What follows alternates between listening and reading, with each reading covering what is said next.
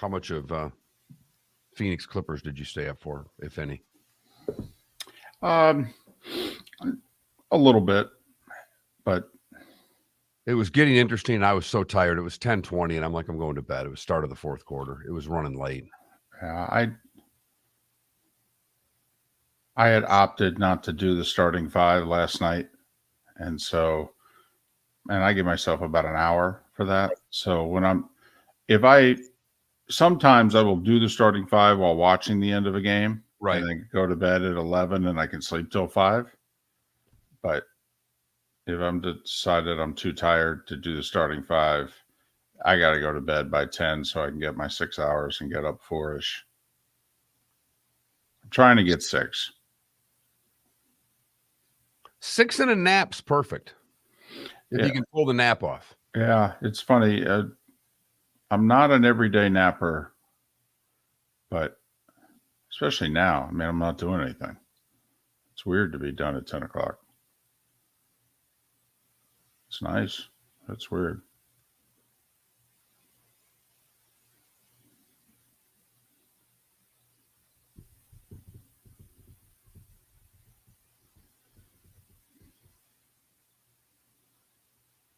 If I can get 6, I usually don't need the nap.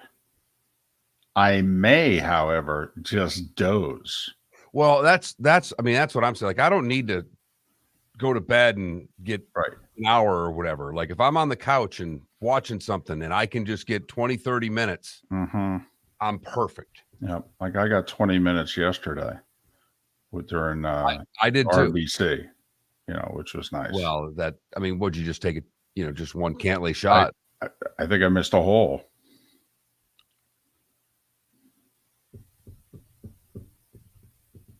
I even watched a little bit of the Women's World Championship hockey.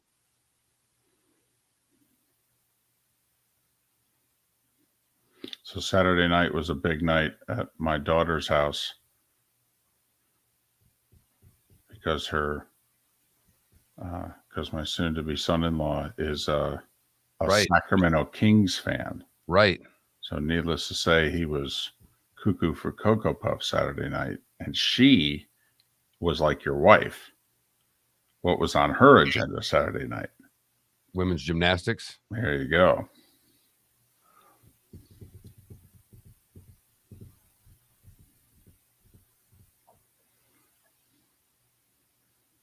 It might have been the greatest night of college gymnastics ever. Saturday night?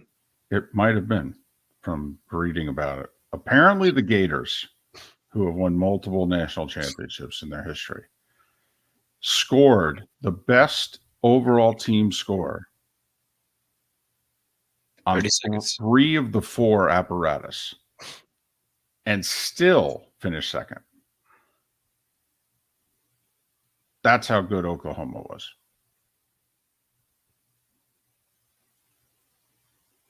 I don't like Oklahoma. They cheer too much. They're way over the top. No, I mean, in an over-the-top sport, they're even further over. Even my wife, I'm like, watch them. They're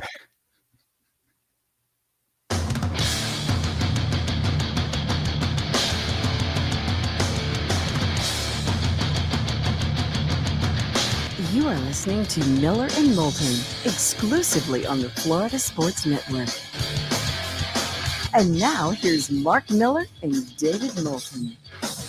What a weekend it was. NBA playoffs underway in a big way. NHL playoffs get underway tonight, 10 days away from the NFL draft, as we ask the question, how the heck are you? Miller and Moulton here on the Florida Sports Network, floridasportsnetwork.com. Thanks so much for being with us. Not only was it an eventful weekend, hell, even the Rays lost a game. And just for good measure, they lost 2. Just to try to make everybody feel better. Top of the morning to you, Mark. Good morning, David. My weekend was very busy, running around for things for the daughter. You know how that goes, but squeezed in quite a bit of sports in and around a soccer tournament, a little bit of church and everything else that was going on in my daughter's life. Well, let me tell you, this is a dangerous weekend to try to double dip like that because the sports was so compelling. Next thing you know, they're yelling at you going, come on, Dad, we got to go. And you're like, honey, I love you, but this is really good. It was really good, and I feel like I should have wrapped myself in bubble wrap for the weekend so I didn't get injured. Holy Toledo. This is why, Dallas Mavericks, you try to make the playoffs. Any damn thing can happen. This is why you try to win the game. So we channel our inner Herm Edwards 20 years later. Crazy weekend. Great basketball, lots of injuries. Well, wait a minute. Upset. Friday night, the Heat are done. The Heat are losing. They're down 6 mid-fourth quarter. Chicago's got their number. They beat them all 3 times this year. They're beating them again. Miami can't score again. I mean, this season was over Friday night. Then they end the game on like a 27-10 run. What the heck? And then they go into Milwaukee. And playoff Jimmy made the trip. And if playoff Jimmy's on the flight, you got a shot.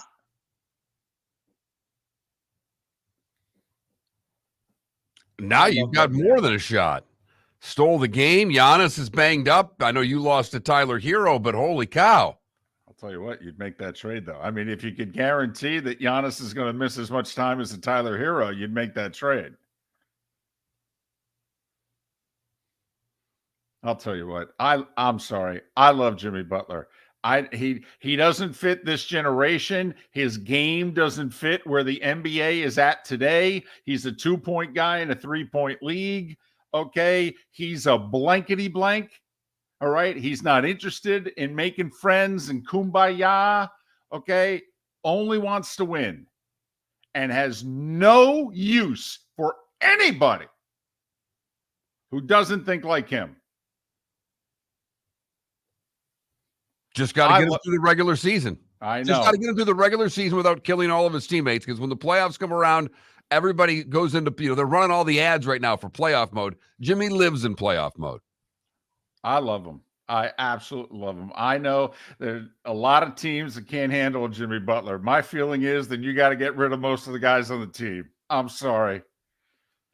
That's who I want. If I'm losing, that's who I want to lose with.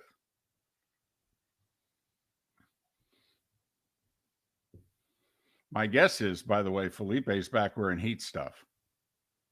That's my guess. Okay. I mean, when he came back on Friday, I don't think he was wearing any Heat stuff. My guess is now the Heat stuff's back. I can't tell if it's red. I can't tell if that's a Heat shirt or not. It's red. But it's not a Heat shirt. It's not a Heat shirt, but it's red. Just like you, David. Well, and don't laugh. Okay. I'm debating what I'm going to wear this morning for the Miller and Moulton Twitch.tv broadcast. And I said, you know what, Moulton? Get the fire engine red shirt out in honor of the Heat and the Panthers take on the mighty Bruins tonight. It's playoff fever, baby. Let's go.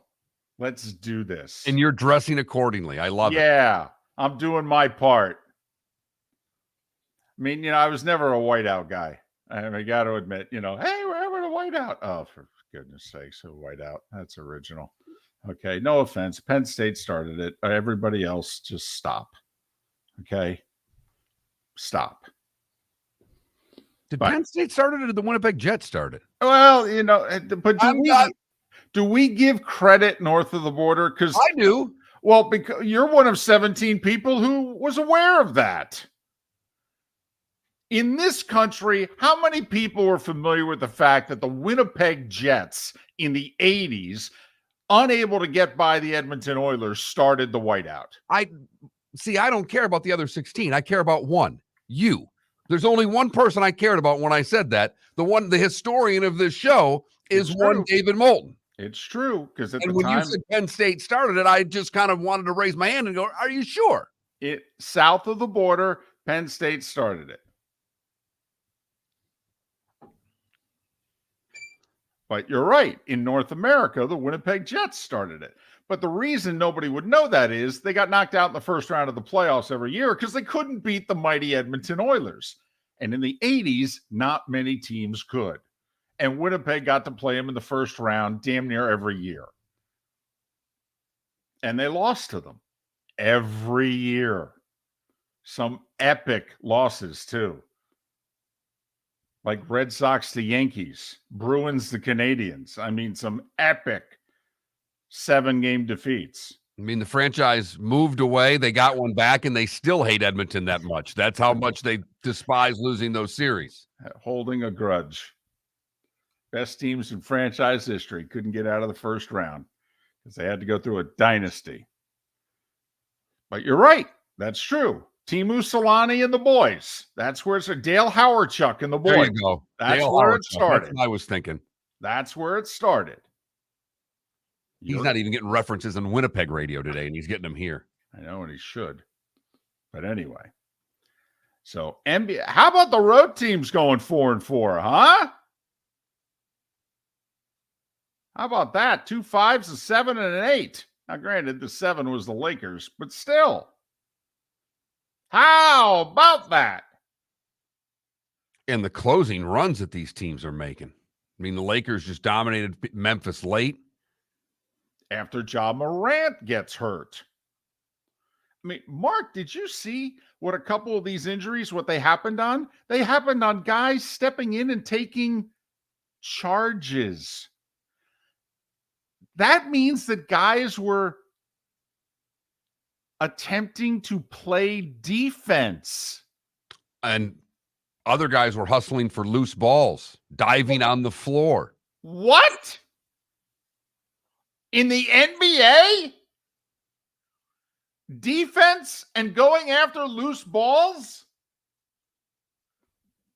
No wonder the Dallas Mavericks didn't want to be a part. They're allergic to both.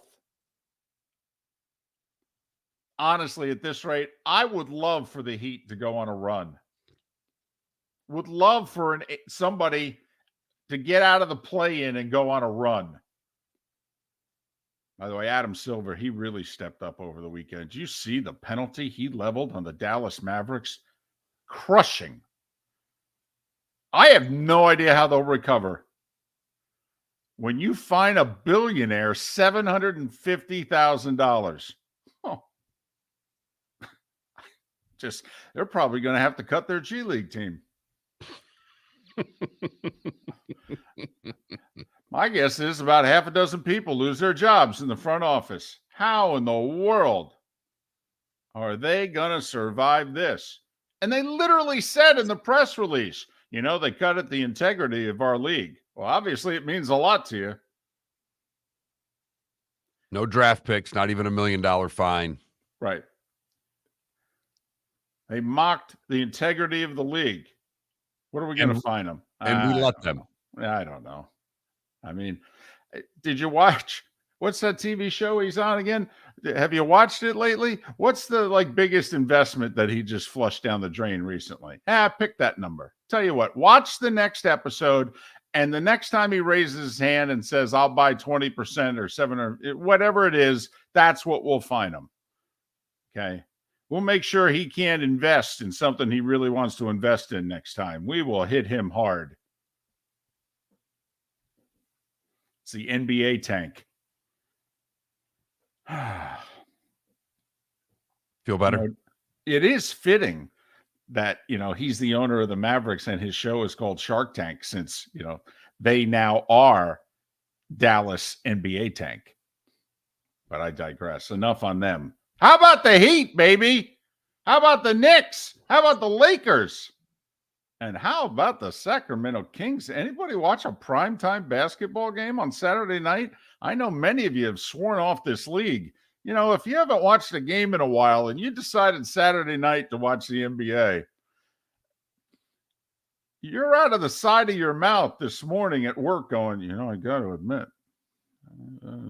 NBA was pretty damn good Saturday night. Well, and it chased it last night with a pretty good game, too. I mean, you had Kawhi and KD guarding one another in the fourth quarter. Right. That's good stuff. Yes. Max player. I got you. Well, I got you. Let's do this. By the way, another guy. Who would most of us take? Kevin Durant. In the playoffs? Playoff Kawhi? Oh. That's the first team All-NBA player in the playoffs. Well, if we get these two guys guarding each other in the second half for 5, 6, 7 games, whatever this series decides to go, that's getting close to much watch TV. It really and truly is. If you're a sports fan, even as you said, David, if you've sworn off the NBA, there's a lot going on in this league. And the way game ones were played should give basketball fan a lot of encouragement for this playoff run on both sides. Don't know how long all of this will last. All right. But it got off to a rousing start. And we hope that tonight the NHL playoffs do the same. Great show lined up for you today. We will talk a little Heat, a little Panthers, and a little NFL as well. Miller and Moulton. Thank you so much for listening. The starting five is 25 minutes away right here on the Florida Sports Network.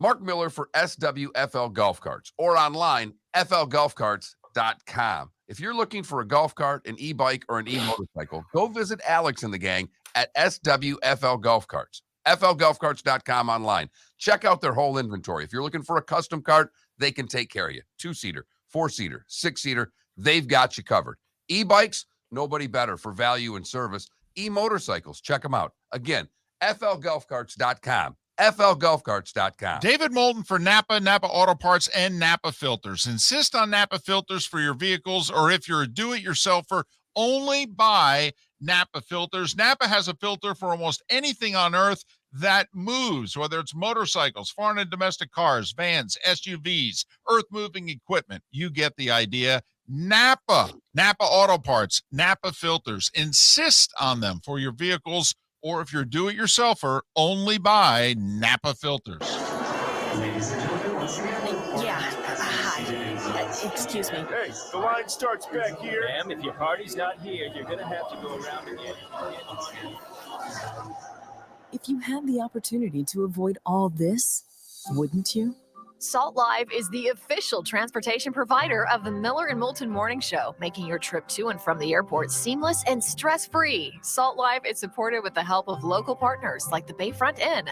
Gather your family and friends and enjoy a leisurely day on the water with a pontoon or deck boat. If you prefer to explore the waterways without a motor, the Bayfront has canoes, standboards, and kayaks. At the end of your journey, enjoy lunch or dinner at the Bamboo Tropical Bar and Grill. The Bayfront Inn, something for everyone on 5th Avenue in downtown Naples. BayfrontInNaples.com. When you need a ride, book with Salt Live Transportation, 308-8686, or book on saltlivetransportation.com.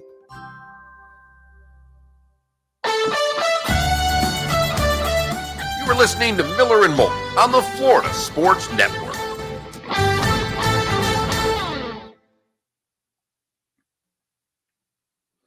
Okay, pleasant journeys. I'm going to need you to be a little more specific, trying to figure out what is it that we said that was political commentary. And as for why the games were so late, Empire TV, even Barkley took his own network to task, forcing the Nuggets game to start after 10:30 Eastern, which is 8:30 local. He said, come on, Sunday night? You know, people have to go to work. Kids have to go to school. Really? Game's going to end after 11 o'clock local time. What are you doing?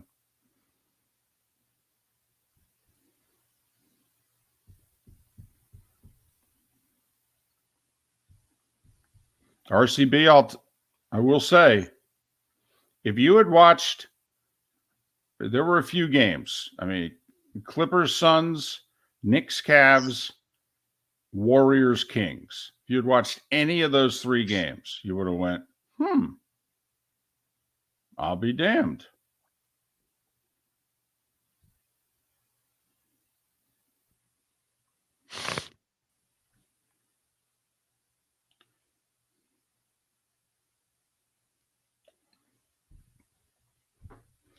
Lakers can go to the conference finals, folks. They don't reseed in the NBA.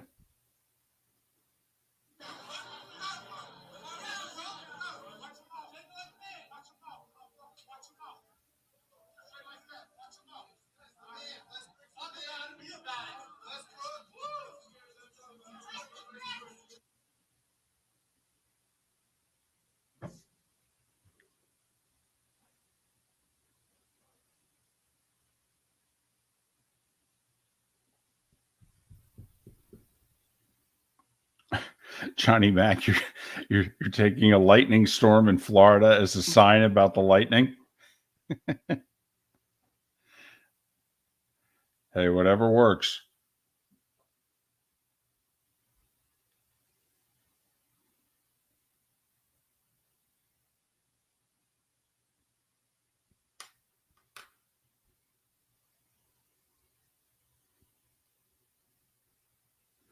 Well, I mean, Hero broke his hand diving for a loose ball. That's not a load management thing.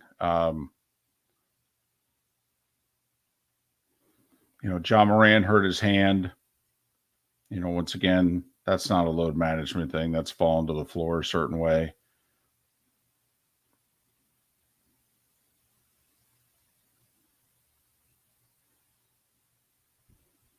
But we talked about it before the playoffs about, listen, if guys are missing 20% of the games or more, and they're certainly not putting forth the effort that they're going to be putting forth now, can guys physically hold up?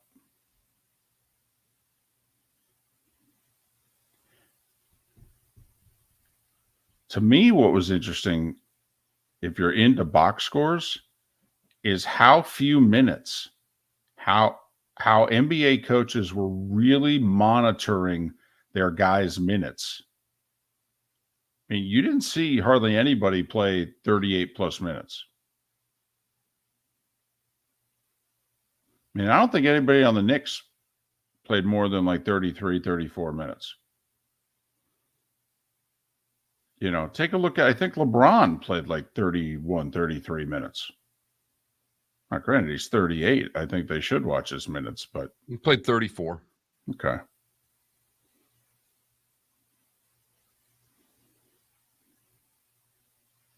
I mean, think about that. And now I don't know about the minutes in the two late games last night.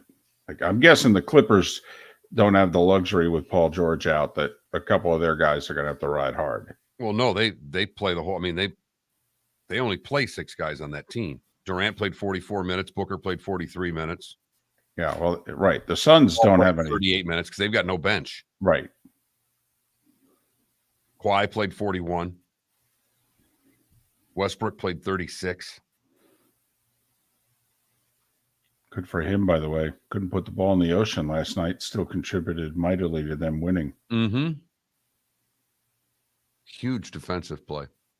Late. There you go.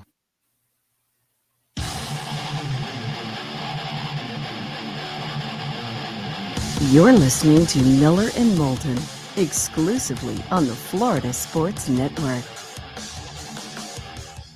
21 minutes past the hour, top of the morning to you. Miller and Moulton, the Florida Sports Network, floridasportsnetwork.com. The starting 5 in a little more than 15 minutes. Everything you may have missed from the weekend that was in sports. So how psyched are you beginning tonight? I mean, a couple of puckheads doing this show, Miller and Moulton. I mean, honestly, we put the Stanley Cup playoffs right up there with March Madness.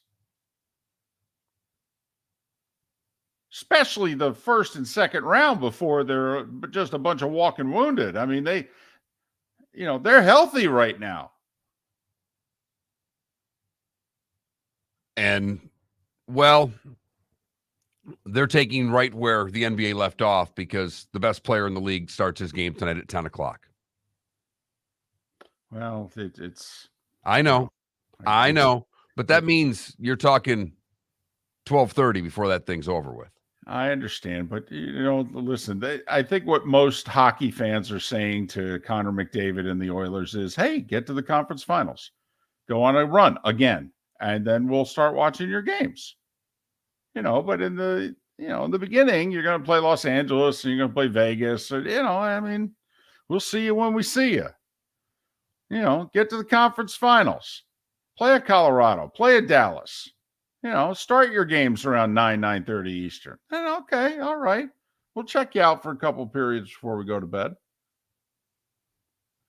But we've got a bloodbath in the East, Connor. I got to be honest with you. I mean, what you guys are doing, that's going to be cute out West. It really is. I mean, but what's going on in the East?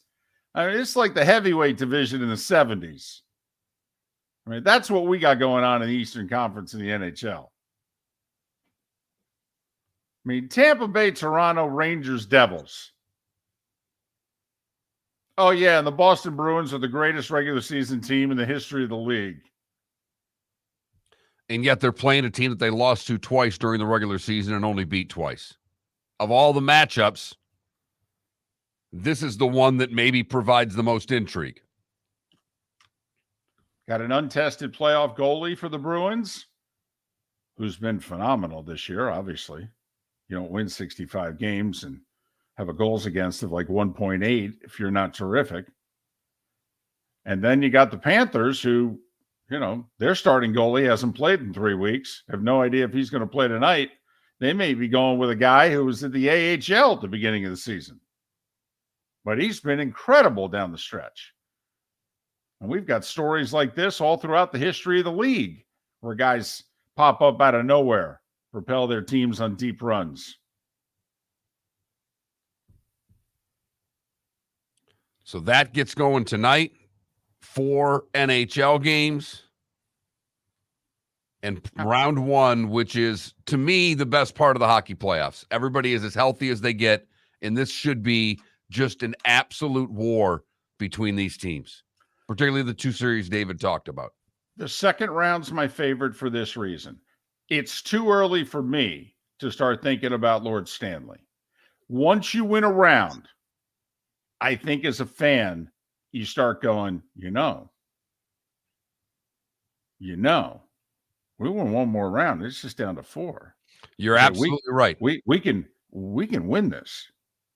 All right. But I think you got to be on the good end of the handshake line one time before you can start thinking about Lord Stanley. Totally with you. I just haven't been a fan of a team that's participated in the playoffs in a few years now, so I'm just excited that they're starting, David. How much of a shot do you give the Panthers? They were like one of the top 6-7 teams in the league post All-Star break. Do you think that matters? Let's face it, they underachieved this year for the roster that they had. Took them 4 months to figure out how it was to play hockey again. Once they figured it out, they were pretty damn good. Of course, they're playing the best team in the league until proven otherwise. But how much of a shot do you give them? Put it this way. Do you think it goes 6? I mean, if it's going 6, they got a shot. I mean, all you need is a bounce or what have you. Next thing you know, you're in a game 7. So if it can go 6, you got a shot. I don't give the Panthers much of a shot. Okay.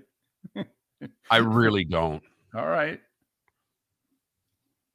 I will say the Bruins got a couple of nicks and bumps late in the regular season because they played their guys. And they're an older, their top guys are older. And 2 of their best got kind of banged up. One had to leave the last game of the regular season. One had to leave practice on Saturday. I'm just saying. No, I'm with you. And the President's Cup curse has been there. It's been since 2013, the last time a team who won the regular season championship hoisted Lord Stanley. And we've had some epic fails. I mean, the Panthers last year won the President's Cup and got swept in the second round. The Lightning, of course, set records 4 years ago winning the President's Cup, got swept in the first round.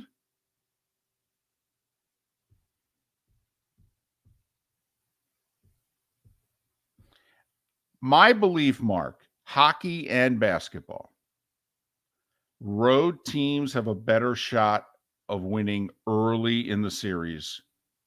That the later you go in the series, it's tougher for the quote-unquote inferior team. I mean, if you don't have home court, home ice, we have to assume you're the inferior team.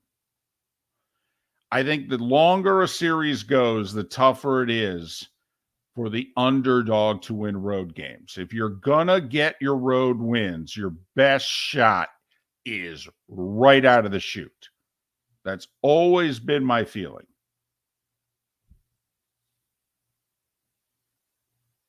I do think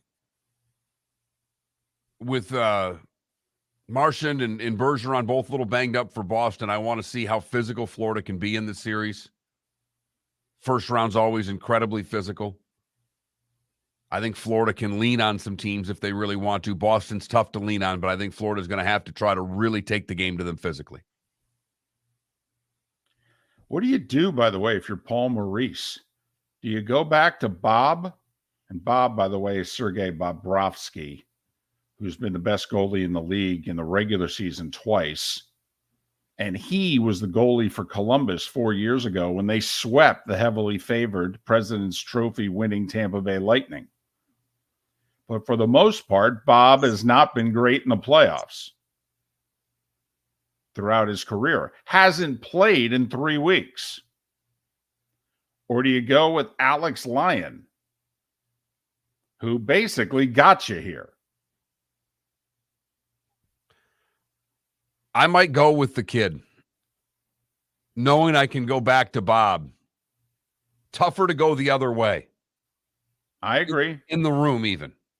I agree. I give him the hot hand, and if he doesn't perform, you can go back to the veteran that's trusted. If you go to the veterans that trusted and he isn't good, then you put yourself in a real bind. Yeah, I give him the 2 games in Boston if I'm Maurice. I give him the 2 games because even if he's, nervous in game 1 and is just merely okay and what have you, all right. We got to come out of here with a split. Let's go. And then, easy to make changes if you're going home down 2-0. But whole bunch of pressure on the Bruins. This would be epic. I mean, they only finished about 42 points ahead of the team they're playing. That's all. 42 points. Which in hockey is a staggering point differential. In fact, I don't know if there's another playoff series, Mark. I mean, Toronto-Tampa Bay is like a 14-point difference, to give you an idea. Boston-Florida's 42-point difference in the standings. I mean, isn't this the equivalent of like 15-1 against 9-7? In NFL, or 15-2 and 9-8? Yes, 100%. But those teams with that 9-8 record every once in a while win. Right. Miller and Moulton. The starting 5 is next. Catch up with anything you missed last night in the sports world right here on the Florida Sports Network. David Moulton for Napa Auto Parts, and Napa Filters. Insist on Napa filters for your vehicles, or if you're a do-it-yourselfer, only buy Napa filters. Napa has a filter for almost anything on earth that moves, whether it's motorcycles, foreign and domestic cars, vans, SUVs, earth-moving equipment. You get the idea. Napa Auto Parts, Napa filters. Insist on them for your vehicles, or if you're do-it-yourselfer, only buy Napa filters. Excuse me. Hey, the line starts back here. Ma'am, if your party's not here, you're going to have to go around again. If you had the opportunity to avoid all this, wouldn't you? Salt Live is the official transportation provider of the Miller and Moulton Morning Show, making your trip to and from the airport seamless and stress-free. Salt Live is supported with the help of local partners like the Bayfront Inn. Gather your family and friends and enjoy a leisurely day on the water with a pontoon or deck boat. If you prefer to explore the waterways without a motor, the Bayfront has canoes, standboards, and kayaks. At the end of your journey, enjoy lunch or dinner at the Bamboo Tropical Bar and Grill. The Bayfront Inn, something for everyone on 5th Avenue in downtown Naples. BayfrontInNaples.com. When you need a ride, book with Salt Live Transportation, 308-8686. or book on saltlifetransportation.com. Mark Miller for SWFL Golf Carts or online, flgolfcarts.com. If you're looking for a golf cart, an e-bike, or an e-motorcycle, go visit Alex and the gang at SWFL Golf Carts. flgolfcarts.com online. Check out their whole inventory. If you're looking for a custom cart, they can take care of you. 2-seater, 4-seater, 6-seater, they've got you covered. E-bikes, nobody better for value and service. E-motorcycles, check them out. Again, flgolfcarts.com. flgolfcarts.com. You were listening to Miller and Moulton on the Florida Sports Network.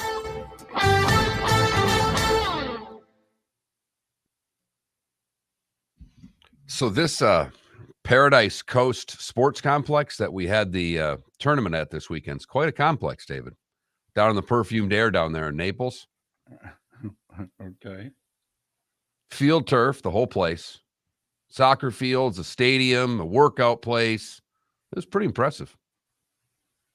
Isn't that the site where they wanted to build a spring training It's stadium? where the Cubs were going to be. Yeah.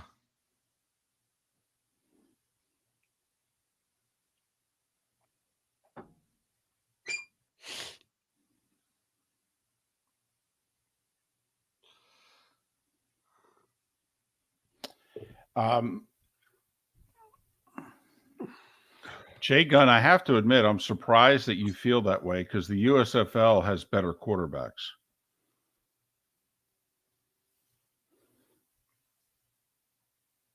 So I'm surprised you think that the XFL is a better brand of football. I'm proud to say that I've not watched any of it, even when it came on the television, because I turned the TV on and a game was on. I just grab the remote and start flipping before I even have to watch it.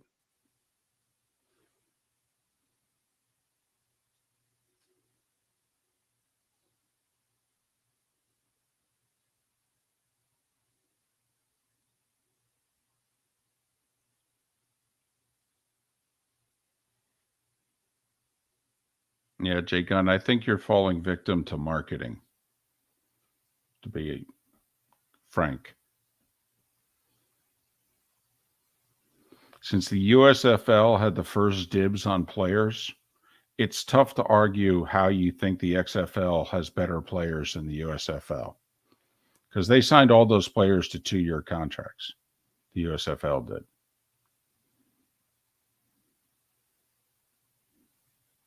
Well, once again, you're falling victim to, you're the person that thinks that the Applebee's food is spectacular because they're walking it out and it's sizzling. You're falling, but the football, and there's no doubt, okay, the XFL's got more people in the seats. I mean, St. Louis and a couple of, absolutely. But the football is horrendous.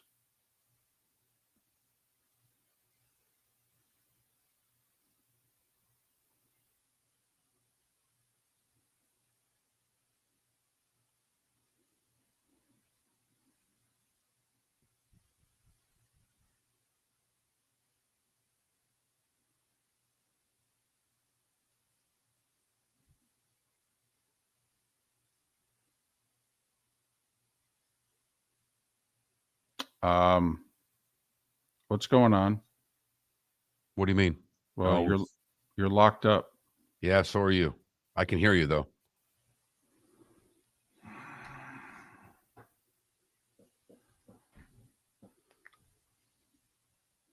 I got a wheel spinning on my screen. Yeah. For me? No, just where the mouse is just spinning. So I think it's coming from your end. I think it is too. God, the equipment back in that studio is so horrendous. It's not the equipment, it's the internet.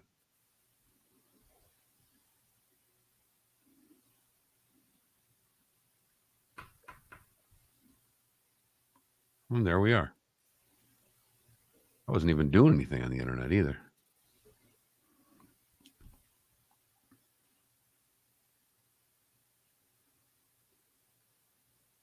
So, Ambien, who do you agree with? Because I'm the one that's arguing the USFL is the better product.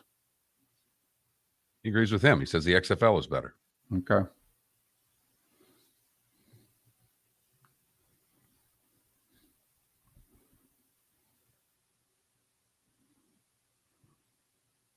Sorry to hear that, Paul.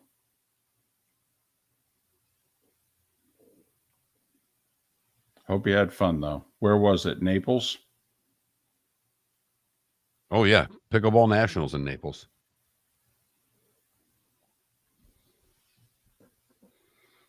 Ten seconds. It's not making the starting five, Ambien.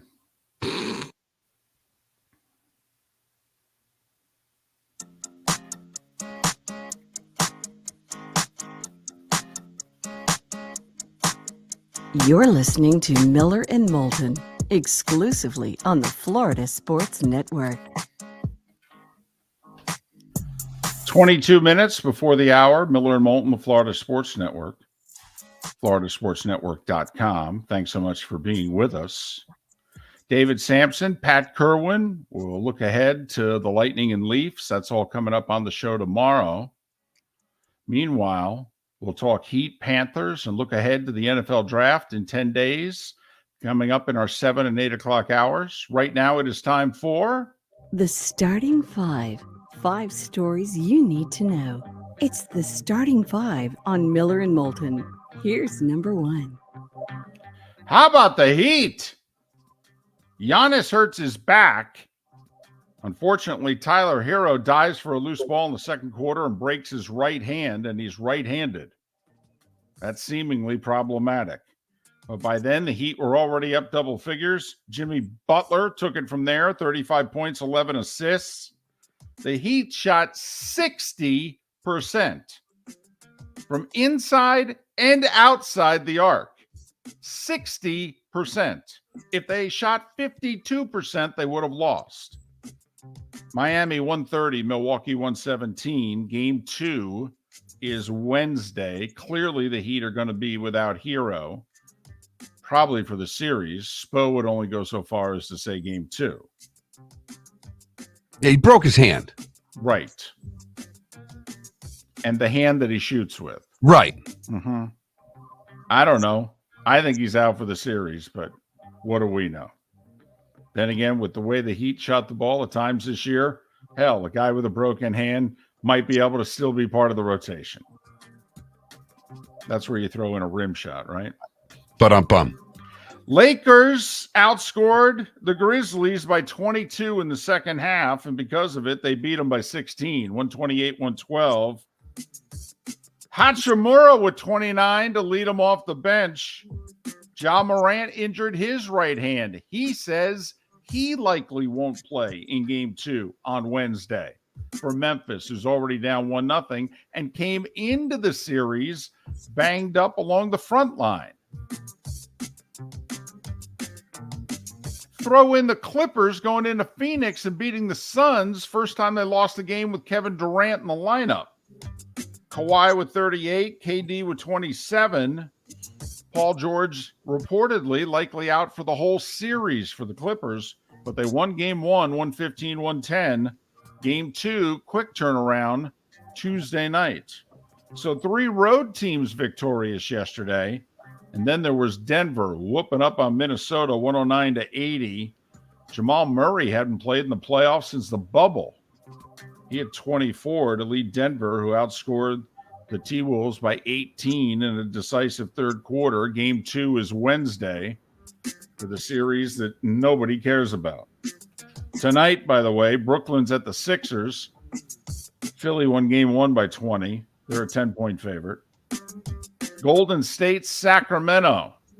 Kings held off the Warriors by 3 in game 1. Golden State, a 1-point favorite in game 2. Don't you have to bet the Warriors hard tonight? I don't know. They're on the road where they don't win.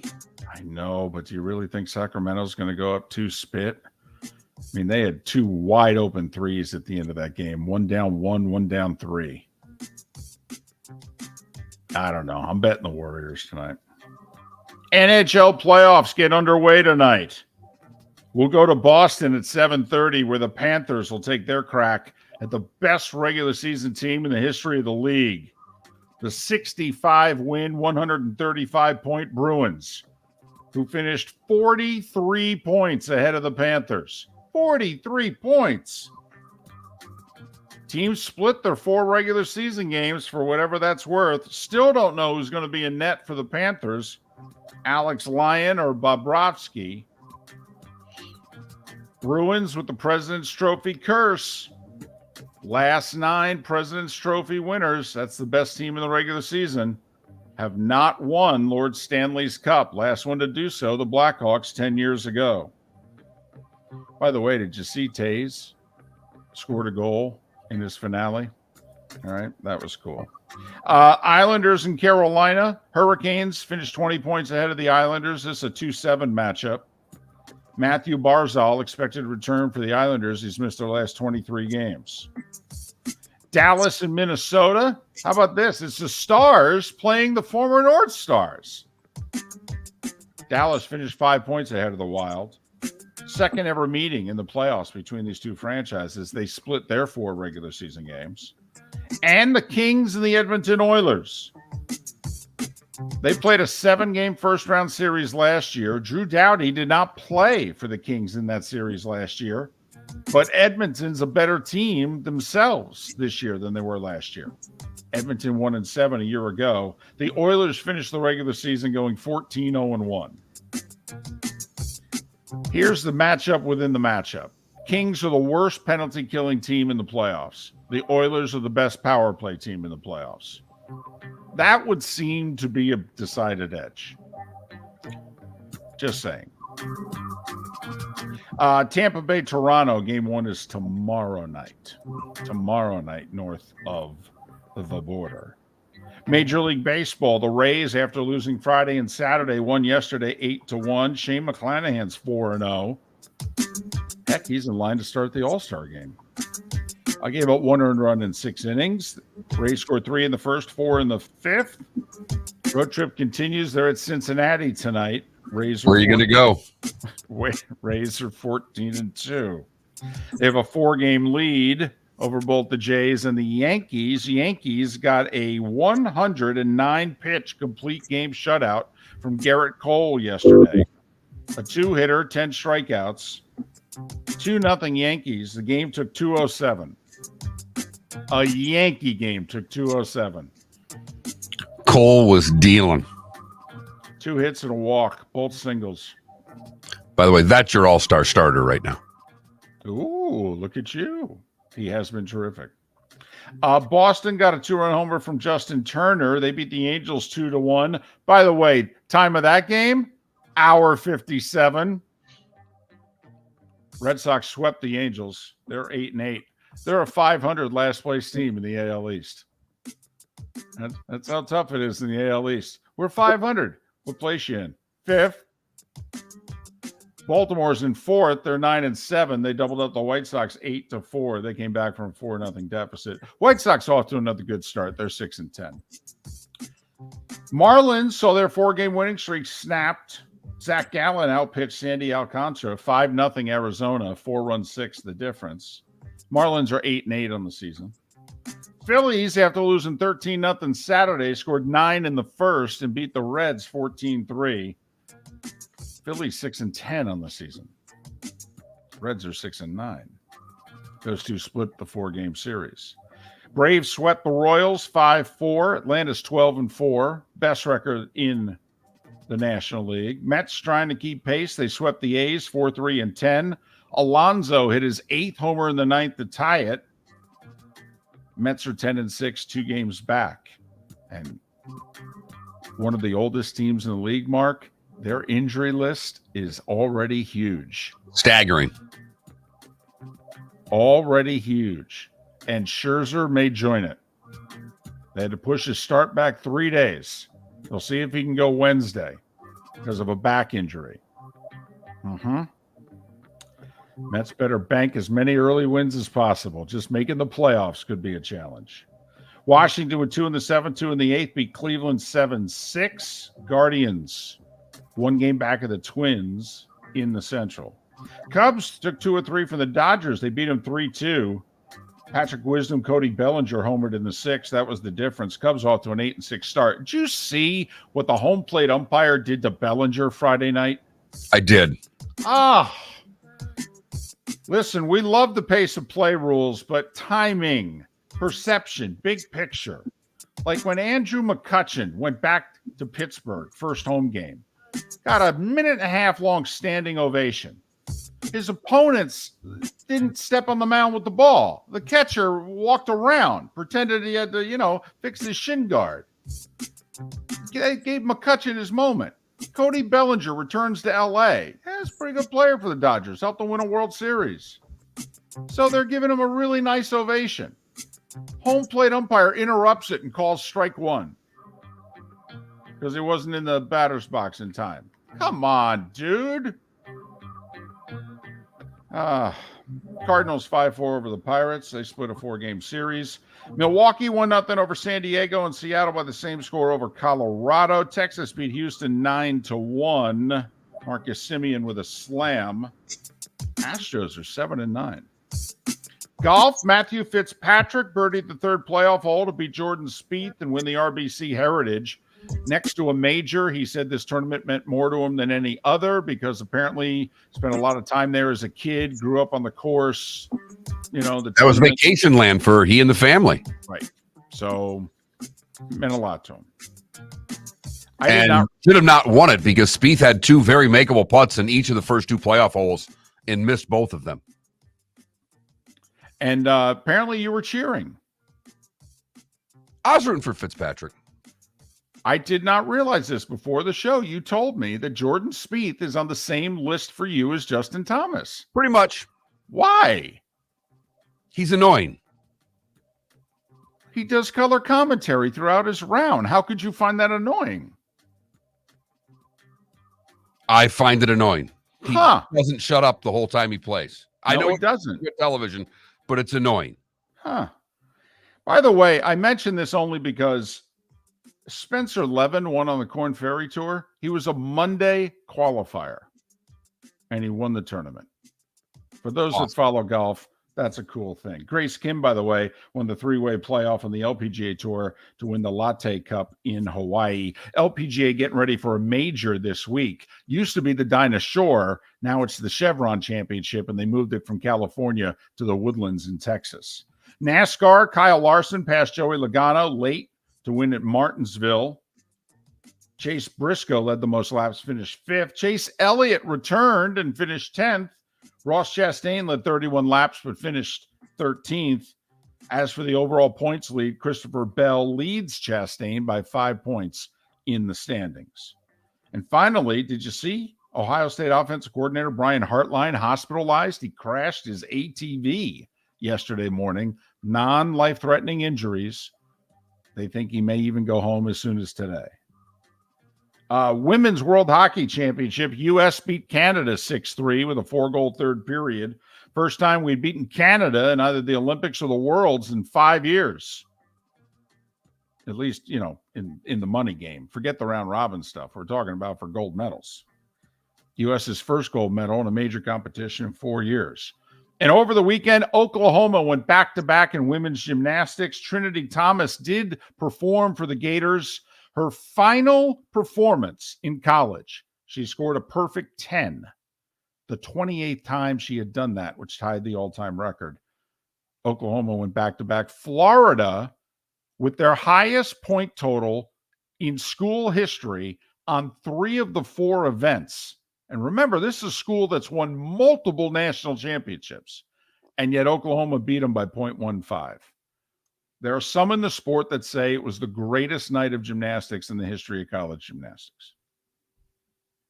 And that, gentlemen, at 9 minutes before the hour was... That was the Starting 5 every weekday morning at this time on Miller and Moulton. Had to mention that for Gator fan. The basketball team is below 500. The football team's below 500. They scored 17 total points in their spring football game. I mean, the baseball team's 3rd in the country and the gymnastics team's 2nd in the country. Got to make Gator fan feel good about life and the pursuit of happiness, right? I don't know. Does second place make them feel good? they did as best they could. I mean, literally. I mean, if somebody beats you, don't you have to tip your hat? You do. And Oklahoma it's an over-the-top sport. You know, I watch it because my wife loves this stuff. Oklahoma makes over-the-top seem like a notch below how into it they are.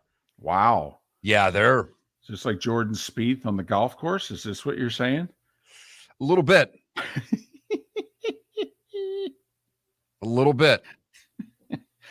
Also, it's a high-pitched squeal. I mean, if Spieth had the high-pitched squeal going, I could understand it, but I did not realize he annoyed you that much. Okay, Patrick Cantlay, who's a human rain delay, or Jordan Spieth, who annoys you more? Cantlay because of the slow play. That's got to end. They've got to do something about what's going on the PGA Tour right now. Thank you. Thank you. And I don't know if they are going to. They don't seem to have any plan to speed up play other than to make Cantlay the villain now. And sooner or later, he's going to start getting it from the crowd. And that won't go over. They'll just start throwing people out because that's what they do. God forbid we speed up the play. Let's throw fans out when they get annoyed by the speed of play. Miller and Moulton, thanks for listening right here on the Florida Sports Network. Yeah. Hi. Excuse me. Hey, the line starts back here. Ma'am, if your party's not here, you're going to have to go around again. If you had the opportunity to avoid all this, wouldn't you? Salt Live is the official transportation provider of the Miller and Moulton Morning Show, making your trip to and from the airport seamless and stress-free. Salt Live is supported with the help of local partners like the Bayfront Inn. Gather your family and friends and enjoy a leisurely day on the water with a pontoon or deck boat. If you prefer to explore the waterways without a motor, the Bayfront has canoes, standboards, and kayaks. At the end of your journey, enjoy lunch or dinner at the Bamboo Tropical Bar and Grill. The Bayfront Inn, something for everyone on 5th Avenue in downtown Naples. BayfrontInNaples.com. When you need a ride, book with Salt Live Transportation, 308-8686, or book on saltlivetransportation.com. David Moulton for Napa Auto Parts, and Napa Filters. Insist on Napa filters for your vehicles, or if you're a do-it-yourselfer, only buy Napa filters. Napa has a filter for almost anything on earth that moves, whether it's motorcycles, foreign and domestic cars, vans, SUVs, earth-moving equipment. You get the idea. Napa Auto Parts, Napa filters. Insist on them for your vehicles, or if you're do-it-yourselfer, only buy Napa filters. Mark Miller for SWFL Golf Carts, or online, flgolfcarts.com. If you're looking for a golf cart, an e-bike, or an e-motorcycle, go visit Alex and the gang at SWFL Golf Carts. flgolfcarts.com online. Check out their whole inventory. If you're looking for a custom cart, they can take care of you. 2-seater, 4-seater, 6-seater, they've got you covered. E-bikes, nobody better for value and service. E-motorcycles, check them out. Again, flgolfcarts.com. flgolfcarts.com. Miller and Moulton here for the Clutch Vodka Play of the Day. Mark, remember Nick Charles, Fred Hickman, the CNN Play of the Day? Yeah, CNN did a nightly sports show. That was a while ago. Yes, it was. Just work with me. Everyone liked the pod, the Play of the Day. So how about we have the Clutch Vodka Play of the Day? Sounds good.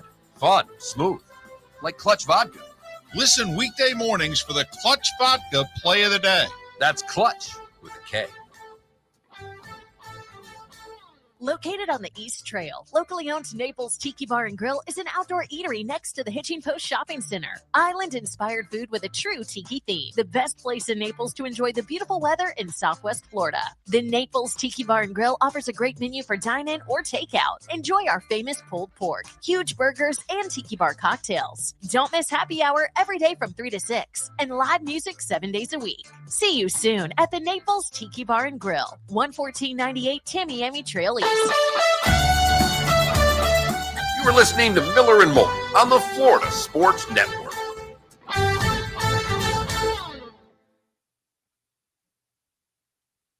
Your boy Royce's fired up this morning. Really? Yep. What about? The Tigers and Giants 5-hour and 10-minute rain delay that ended up getting postponed. So now, because of scheduling, the Giants must stop in Detroit on July 24th after a game in D.C. on the way home and play 19 games in 20 days after All-Star break. He just has just about all of the opponents that teams are playing in baseball. He doesn't like the scheduling. Wow. Of all the things for him to be chirping about. Oh, the best was when the Gophers lost. 10 seconds. 10 bleeping seconds. That was the tweet.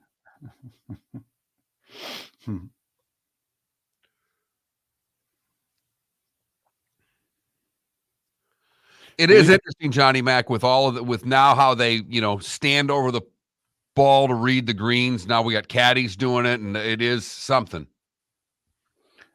Felipe, you all set? For the play of the day? Well, and also for... Oh, yeah. Okay, so you got the clip, you know which one you liked, and you're going to clip it's it. scheduled to post at 7.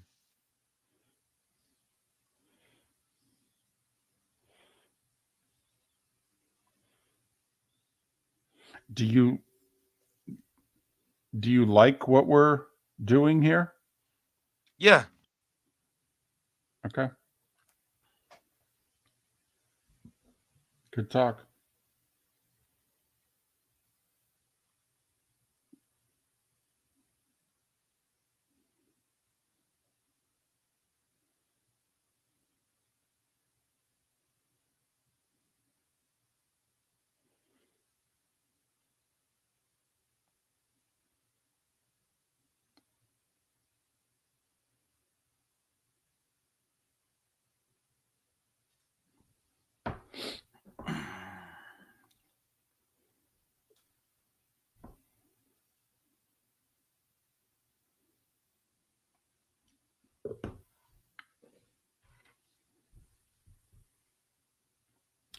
There's rumors of a bug going around in Boston that the Bruins may have. Really?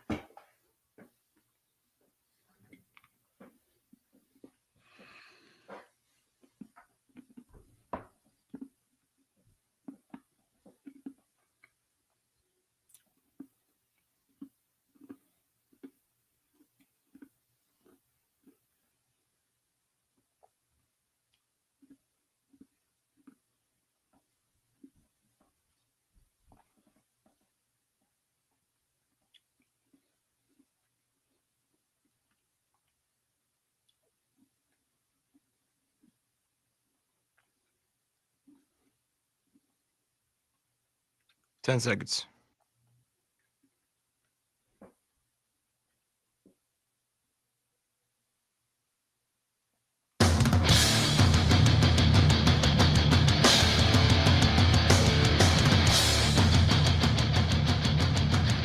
You are listening to Miller and Moulton, exclusively on the Florida Sports Network. And now, here's Mark Miller and David Moulton. Hour 2 of Miller and Moulton on this Monday. NBA playoffs underway. Road teams went 4-4 in game ones. Hockey playoffs get underway tonight. Panthers in Boston trying to take on the big, bad, historic Bruins. Lightning Leafs get underway tomorrow.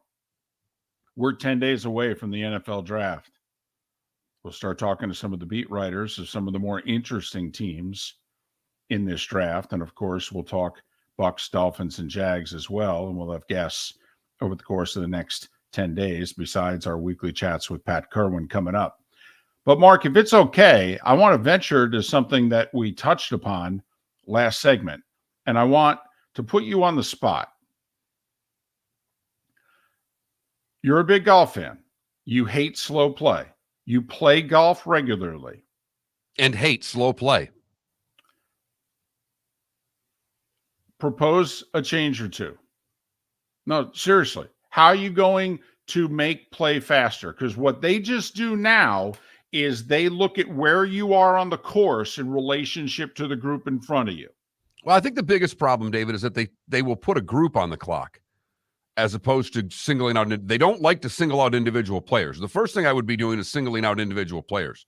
That David Moulton is on the clock, not the group. David Moulton is the one slowing this group down. And I would have a official right there with whether it's a stopwatch, whatever you want, that be ready to penalize the player for not picking up the pace.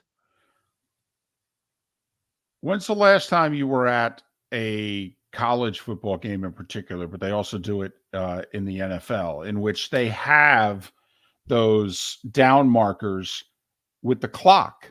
Right. So that during the commercial break, a person with the down marker will come out onto the field along with the red hat guy, stand there, and they will let the crowd know. You'll see the clock. The commercial break's got a minute 40, minute 39 left, and you'll count down and you'll go, oh, okay, that's when play is going to resume. Does golf need to do that? Patrick Cantlay took 7 minutes before deciding what shot he was going to hit. Now, granted, he was in a tricky situation alongside that green. He was. His ball was lodged, and it could have easily have fallen into the water, and he's one shot off the lead at the time. I mean, it's a tight spot, literally. But 7 minutes? Took 7 minutes. He took a minute to pull the trigger on a 4-foot putt. I mean, from the time he started, his pre-shot routine and what have you, until the time he actually drew the putter back, it took a minute. All right. And I'm wondering how close we need to be to one of two radical changes. I'm going to bring the clock into golf. And that would really be just enforcing a rule that's already there.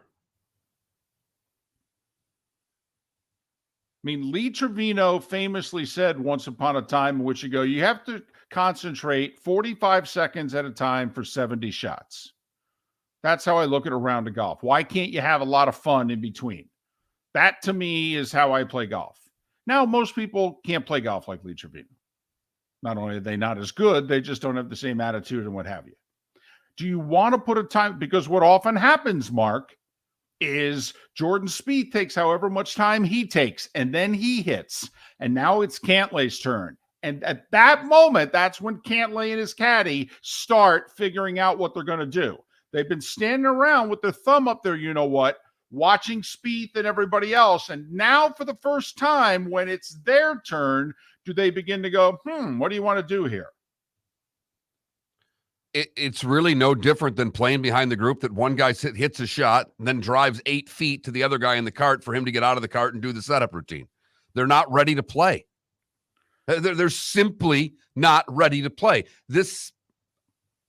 I don't think you need to put the clocks out. I think you need to first need to try to enforce the rules that are on the books.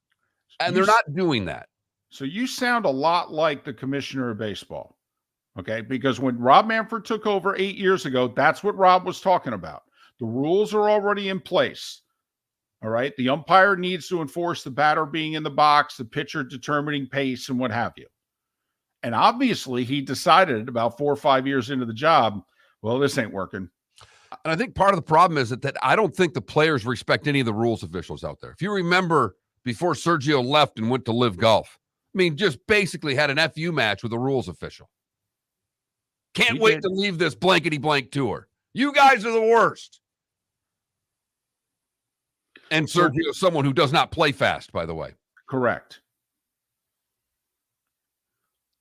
By the way, how close is Cantlay to getting the Sergio treatment? For those that remember, I think it's coming. 15 plus years ago when Sergio would play in the Northeast, and he had so many waggles before he would finally pull the trigger and swing the club, and the Northeast crowd would count the waggles out loud. It's where Twitter starts to earn its place in the sports world, where golf writers are simply going that PGA Tour needed a villain. Patrick Cantlay is becoming one based on slow play. And he's a good player too. He's contending. I mean, this is a problem. This isn't Kevin Na, who, was ranked 33rd in the world once, but he never contended in a meaningful tournament. So if you're Tim Fincham right now, your gut feeling is you're going to call a meeting and just say to tournament officials and rules officials, hey, yeah, you're going to get cursed at, but you're going to have to start letting players know, by the way, you're too slow. You're on the clock. Next time I come and say something to you, that's 2 strokes. I think the other thing that you do is that you got to go. Who's leading the tour right now from a player standpoint? Rory. You got to go to Rory and Tiger and whoever else. Say, we've got to fix this. We've got to fix it now. Here's what we're doing. I need you guys on board. Well, it'd be tough to go to Tiger, though, because Tiger's not a fast player and he's not playing. But I know what you're saying. It'd be great if you could get... Now, see, I think Rahm would support it. I think Rory would support it. They're fast players for what it's worth. So you want to try the rules are on the books, so let's just enforce them. That would be my initial thing. I love the game of golf so much. I don't want to make a radical change and put a clock out there yet. Because if you think about it, there's already somebody walking with the scores. You know what I mean? The person walking. It'd be easy to just have a clock be part of that. Fitzpatrick 15 under, Spieth 14 under, Cantlay 13 under. Underneath it's the clock. I mean, it'd be real easy to have that. Everybody be able to see it. You do know where I'm going with the other one, though. I know where you're going with the other one, and I hate it. Oh, I get it. I get it. But think about where we are with Major League Baseball. And think about if just 10 years ago, someone had said, we're going to put a clock in baseball. Oh, yeah. No. Everything. Pitchers and hitters both. Yeah. And the penalty is, by the way, a ball or a strike. No, immediate, by the way. No warning. I mean, honestly, you would have been laughed off the air.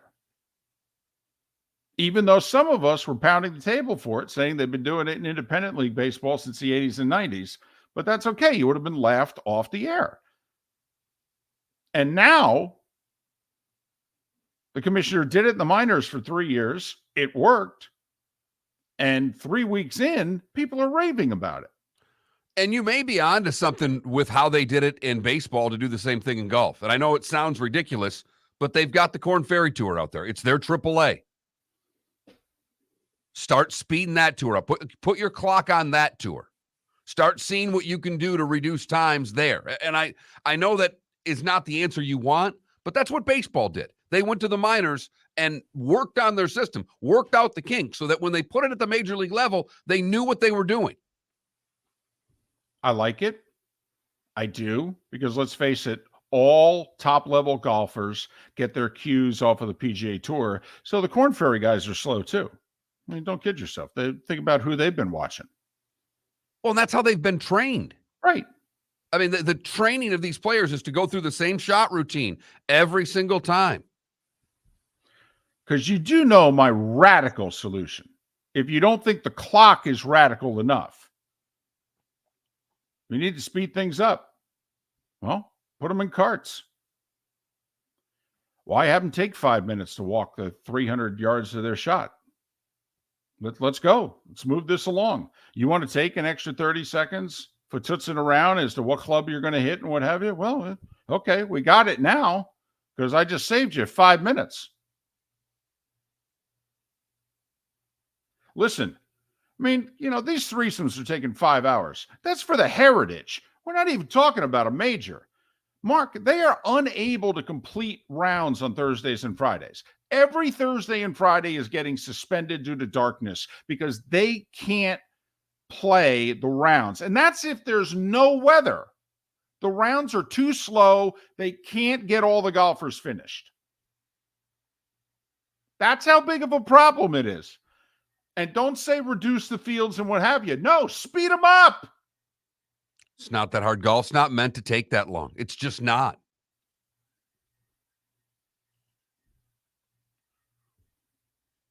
So you would have been okay if late in that round yesterday, because Cantlay got really slow 13 to the finish. You would have been okay if on 13 and 14, all of a sudden Cantlay got a 2-shot. And by the way, 1 shot or 2? 1. Okay. 1. I can't make this be stroking distance, if you know what I mean, David. Okay, fair enough. How about this, by the way? You can get more than 1. Like if you stay slow, I can give you another one. Absolutely. Hell, I'll give you another. You can get 3 of them as far as I'm concerned.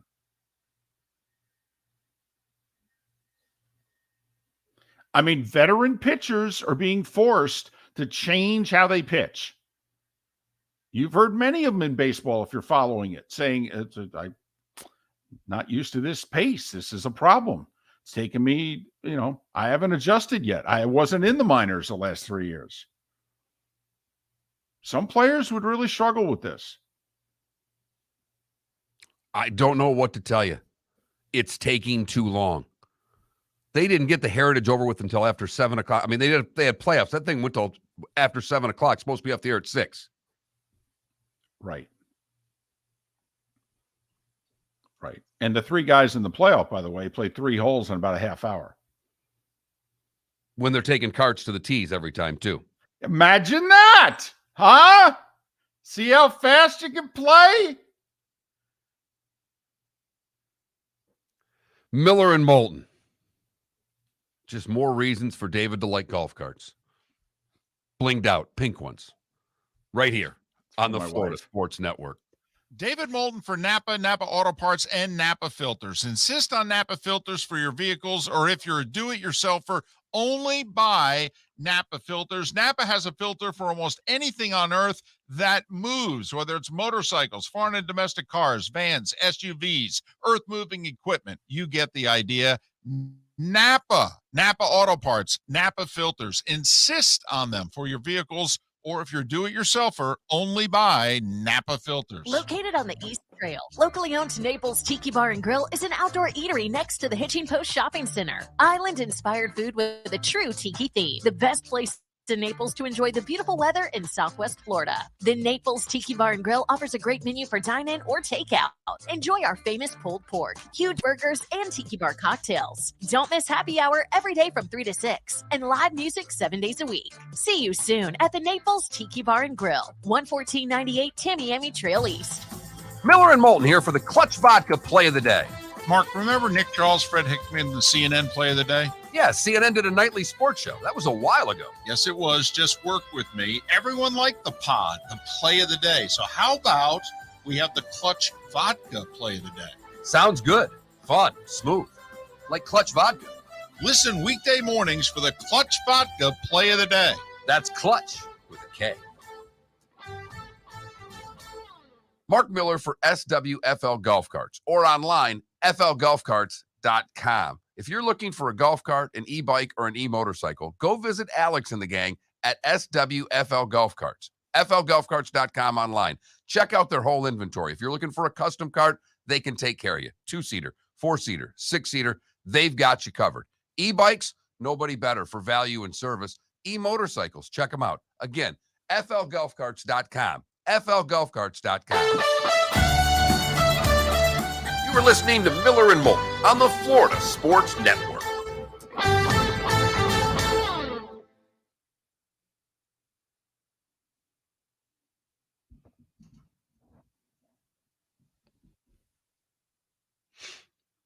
Buddy just texted me, David, that works at a course where he's a pro at a course where they have a BMW, where they have a Corn Ferry event, rather. He says it's going to have to start at the college level. They don't enforce it at all. Corn Ferry Tour officials were talking to me about it last week at our meeting. So they're aware of it. I don't know if they're going to do anything about it, but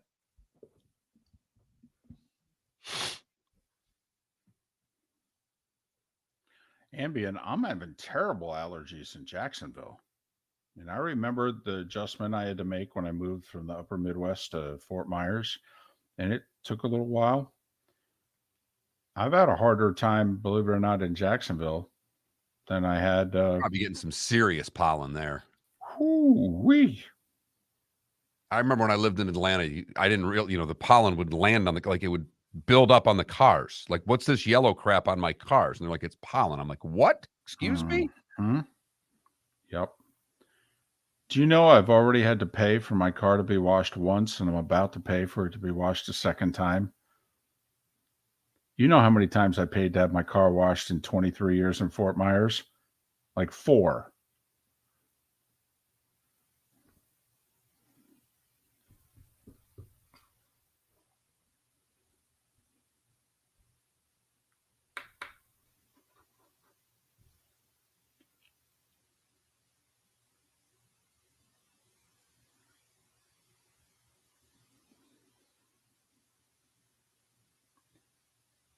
I forget who it was yesterday, but somebody tweeted out a picture of the guys in the scorer's tent signing the cards, and then said, now imagine if LeBron and KD had to check their box score and make sure that the points, rebounds, and assists were correct. All right, before the game was officially over. And they were like, what are we doing? Why are we still doing this? I'm like,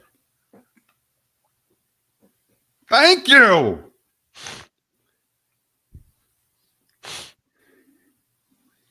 Just sign the card. Can't you just sign a correct scorecard? I'm not asking you too much. Just keep track of your score. There's somebody walking with you, keeping your score. They write down your score at the end of every hole, sitting at the green. They then post that score on the board. It's already done. And you're right, Mark. You know what you should do? You should just put a card in front of them, sign it. Okay? And then literally have them fill in your score.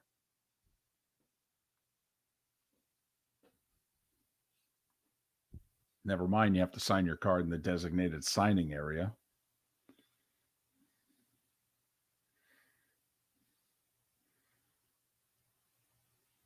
That's the topic that I honestly think you and I don't think we've ever disagreed more on a single topic than when Michelle Wee got DQ'd because she signed her card outside of the designated signing area. And you said, hey, man, rules are rules.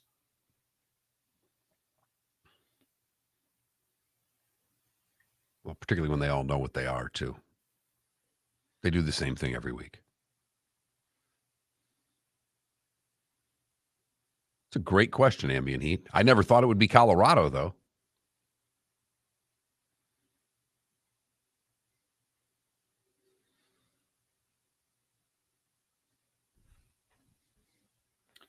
I wonder if it's like a Midwestern state that's flat, in which, you know, the breeze from the one side of the state literally goes straight across to the other. I wonder if it would be one of those.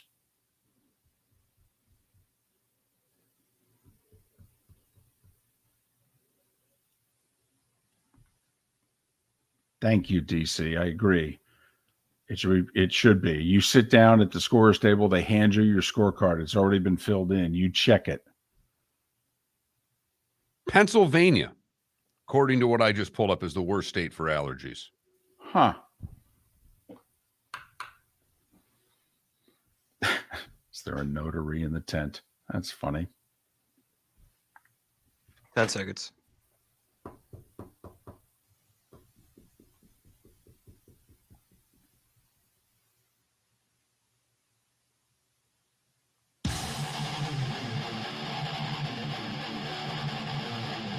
You're listening to Miller and Moulton.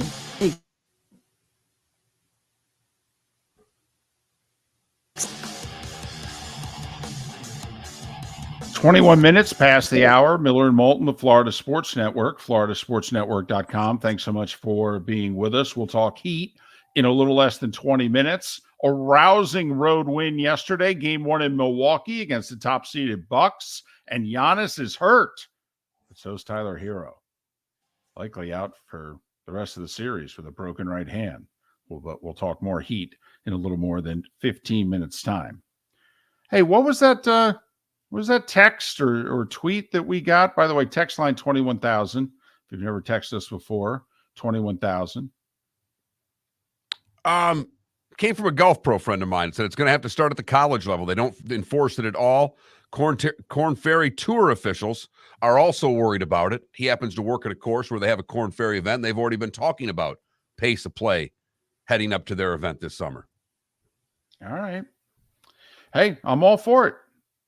All for it. Let's start. Get a hold of them, the youngest we can.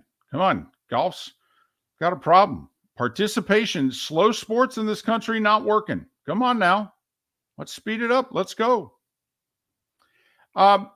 Did you see what Brock Purdy said in an interview? You know, Niners quarterback. Right. Mr. Irrelevant there. Mm-hmm. Took him to the NFC Championship game, got hurt. Elbow surgery. And John Lynch at the Combine, general manager of the Niners, he said, well, you know, our hope's to have him ready for training camp. Kyle Shanahan, a little while later, was asked, and he said, I don't know about training camp. I'm thinking week 4. Should be ready by week 4, which kind of gives you the thought he's going to miss September. You know, because I think there's 3 weekends, NFL weekends in September. So, you know, they're thinking October 1, basically. Okay. And remember, we did the math. You know, what kind of surgery they were talking about him getting. He got hurt in the latter part of January. There was swelling. There was an infection. The surgery didn't take place till early March. You start doing 6 months from early March. Well, heck, that's Labor Day weekend before he could what? Start throwing? So we thought, he might not be ready for the start of the season just based on what the medical people were saying. So Brock Purdy did an interview with Yahoo, which got released over the weekend. Did you see what he said? He wasn't talking September. Well, in a way, he was. David, you're right. Just but not talking September, October, November, December, and maybe January of 2024 and early 25. Brock Purdy just threw out there, I don't know if I'm going to be ready to play this year. I'm sorry. What? Which, once again, what have we been wondering?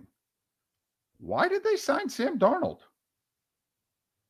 I mean, that's a pretty good third-string quarterback. That's more money than one normally spends on a third-string quarterback. I know Purdy's making 7th-round draft pick and Trey Lance is still on a rookie deal, but, you know, you guys are cheap. You're NFL teams. You just got rid of Robbie Gould because he was making too much money, yet he's a kicker who never misses a big kick. Why just sign Sam Darnold? And the speculation was, could they be done with Lance? Right. That was what everybody read into that. Is that, are they moving on from Trey Lance? Did they sign Sam Darnold because the Trey Lance experiment was a bad one and they're going to move on from that? Right. Like, is Minnesota going to give up the 23rd pick of the draft for Trey Lance so they can finally move away from Kirk Cousins? You know, would a New Orleans maybe give up picks, although they just signed Derek Carr? But you get the idea. So I don't know how many people, you know, saw that over the weekend, but Brock Purdy, oh, by the way, I may not be ready to play this year. Huh. Oh, okay. Gotcha. So when they were talking training camp in September, they were talking it for next year? Right. Once again, Mark, what is it that you and I are always looking for? The 6 seconds of truth. Quick poll question to the two of us and Felipe. If you had to count on somebody giving you the 6 seconds of truth, general manager, head coach, or player? Player.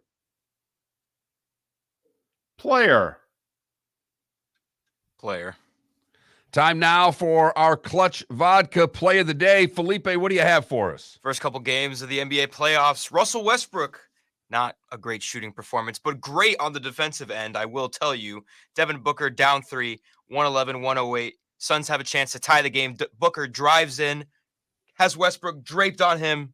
Westbrook with the clamps. Goes to work on Westbrook. Gets around and blocked by Westbrook. Saved by Westbrook off of Booker. Oh my goodness, the play of the game. Look, he can turn over the ball. He can break all these shots, but he will hustle and he will play defense. Russell Westbrook, game-saving block, throws it off Booker's legs. Clippers ball. Clippers close it out, win game 1. Huge road win. And that is our Clutch Vodka play of the day. Clutch Vodka, that's Clutch with a K. Clippers, one of 3 road teams to win yesterday, one of 4 road teams to win game 1. Heat, Lakers, and Clippers, your road teams that won on Sunday. The Knicks won on Saturday.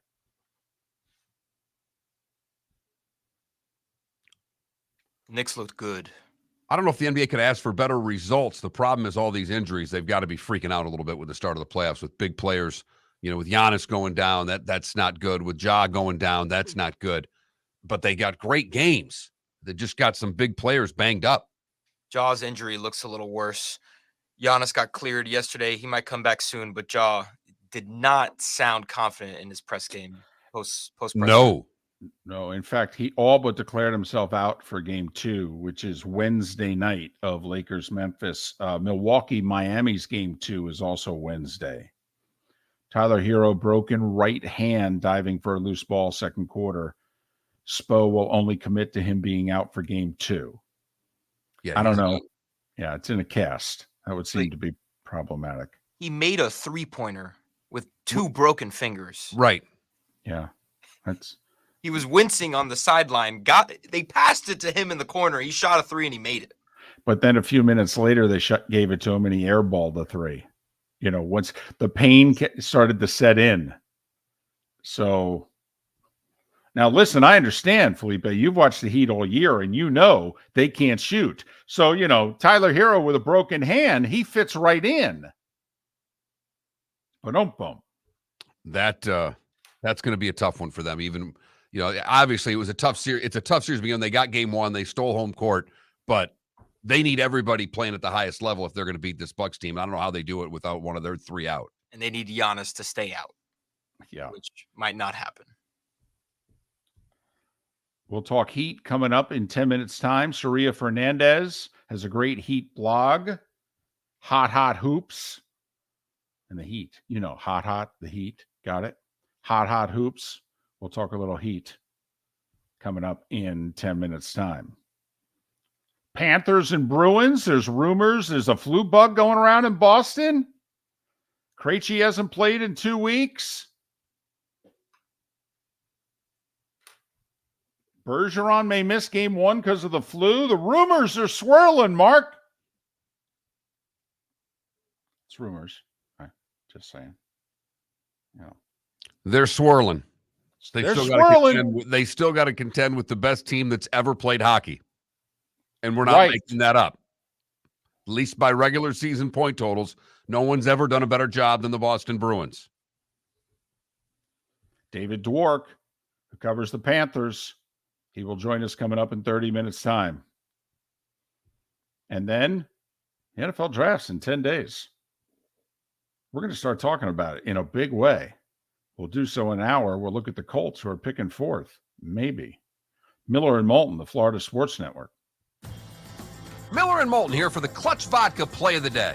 Mark, remember Nick Charles, Fred Hickman, the CNN Play of the Day? Yeah, CNN did a nightly sports show. That was a while ago. Yes, it was. Just work with me. Everyone liked the pod, the Play of the Day. So how about we have the Clutch Vodka Play of the Day? Sounds good. Fun. Smooth. Like Clutch Vodka. Listen weekday mornings for the Clutch Vodka Play of the Day. That's Clutch with a K. David Moulton for Napa Auto Parts, and Napa Filters. Insist on Napa Filters for your vehicles, or if you're a do-it-yourselfer, only buy Napa Filters. Napa has a filter for almost anything on earth that moves, whether it's motorcycles, foreign and domestic cars, vans, SUVs, earth-moving equipment. You get the idea. Napa Auto Parts, Napa Filters. Insist on them for your vehicles Or if you're a do-it-yourselfer, only buy Napa filters. Located on the East Trail, locally owned Naples Tiki Bar and Grill is an outdoor eatery next to the Hitching Post Shopping Center. Island-inspired food with a true tiki theme. The best place in Naples to enjoy the beautiful weather in Southwest Florida. The Naples Tiki Bar and Grill offers a great menu for dine-in or takeout. Enjoy our famous pulled pork, huge burgers, and tiki bar cocktails. Don't miss happy hour every day from 3 to 6 and live music 7 days a week. See you soon at the Naples Tiki Bar and Grill, 11498 Tamiami Trail East. Mark Miller for SWFL Golf Carts or online, flgolfcarts.com. If you're looking for a golf cart, an e-bike, or an e-motorcycle, go visit Alex and the gang at SWFL Golf Carts. flgolfcarts.com online. Check out their whole inventory. If you're looking for a custom cart, they can take care of you. 2-seater, 4-seater, 6-seater, they've got you covered. E-bikes, nobody better for value and service. E-motorcycles, check them out. Again, flgolfcarts.com. flgolfcarts.com. You were listening to Miller and Moulton on the Florida Sports Network.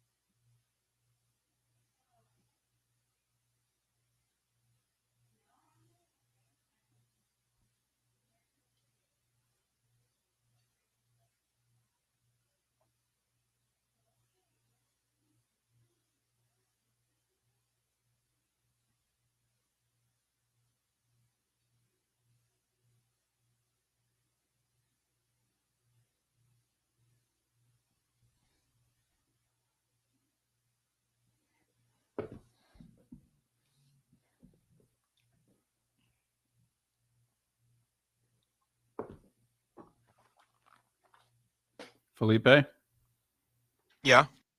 when you call her, the pronunciation that I have is Surya.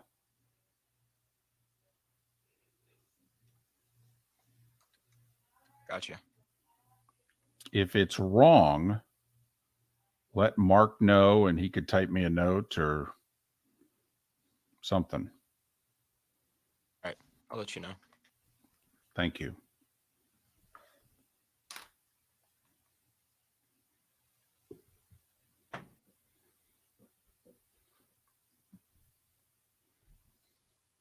We'll reach out to Kyprios. Sure. Absolutely, Canada Relief. Lightning Leafs, we got to get them on.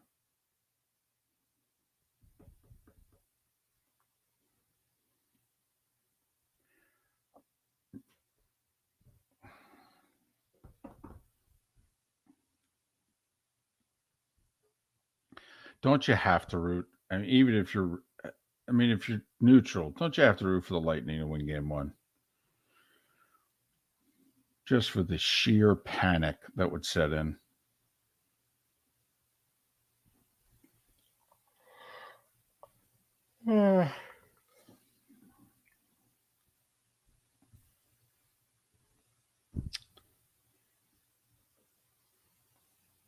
Adam, it is amazing to me how many people in the hockey world are picking Edmonton to go to the final. They are like convinced. They are all in. They think the 14-0-1 finish is totally legit. Surya is on hold, and yes, it's Surya. Thank you very much.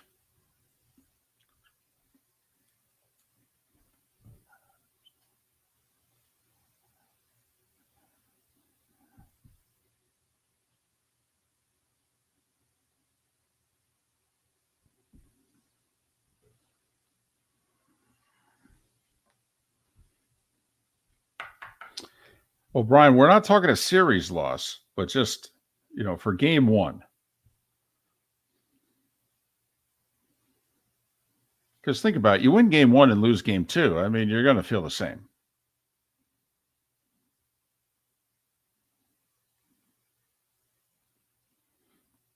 Yeah, but Canada Relief, remember, the 95 Wings won the President's Trophy and got swept in the finals.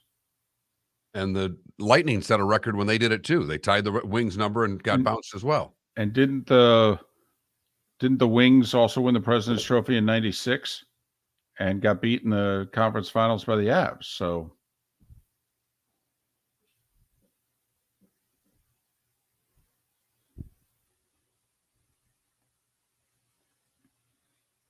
And Adam, is that based off of XFL or USFL watching that you got your Bruins Avalanche final? 10 seconds.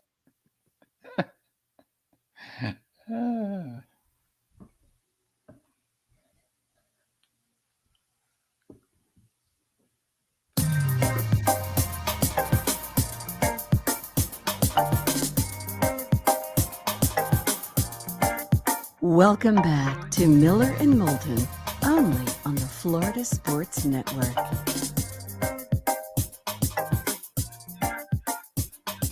$22 before the hour, Miller and Moulton, Florida Sports Network, floridasportsnetwork.com. David Dwork covers the Panthers. Florida and Boston, game one of their playoff series begins tonight in Beantown. Andrew Moore covers the Colts. The draft is 10 days away. Jim Irsay was tweeting yesterday. We'll talk to him about what are the Colts going to do with pick number 4 in the draft. But first, let's talk Heat. Thank you very much. Big win in Milwaukee yesterday. Game one of their playoff series. Surya Fernandez runs the blog Hot Hot Hoops and hothoops.com. Follow Surya on Twitter at Surya, Surya, Heat NBA. Surya Heat NBA. Surya, it's David and Mark. Thanks for doing this. How are you? Good, thank you. Appreciate it. What the heck happened yesterday? I came into the game with low expectations, to be honest. I wasn't even sure if the Heat really belonged in the playoffs, but they're making some noise, and it's going to be a very interesting series moving forward.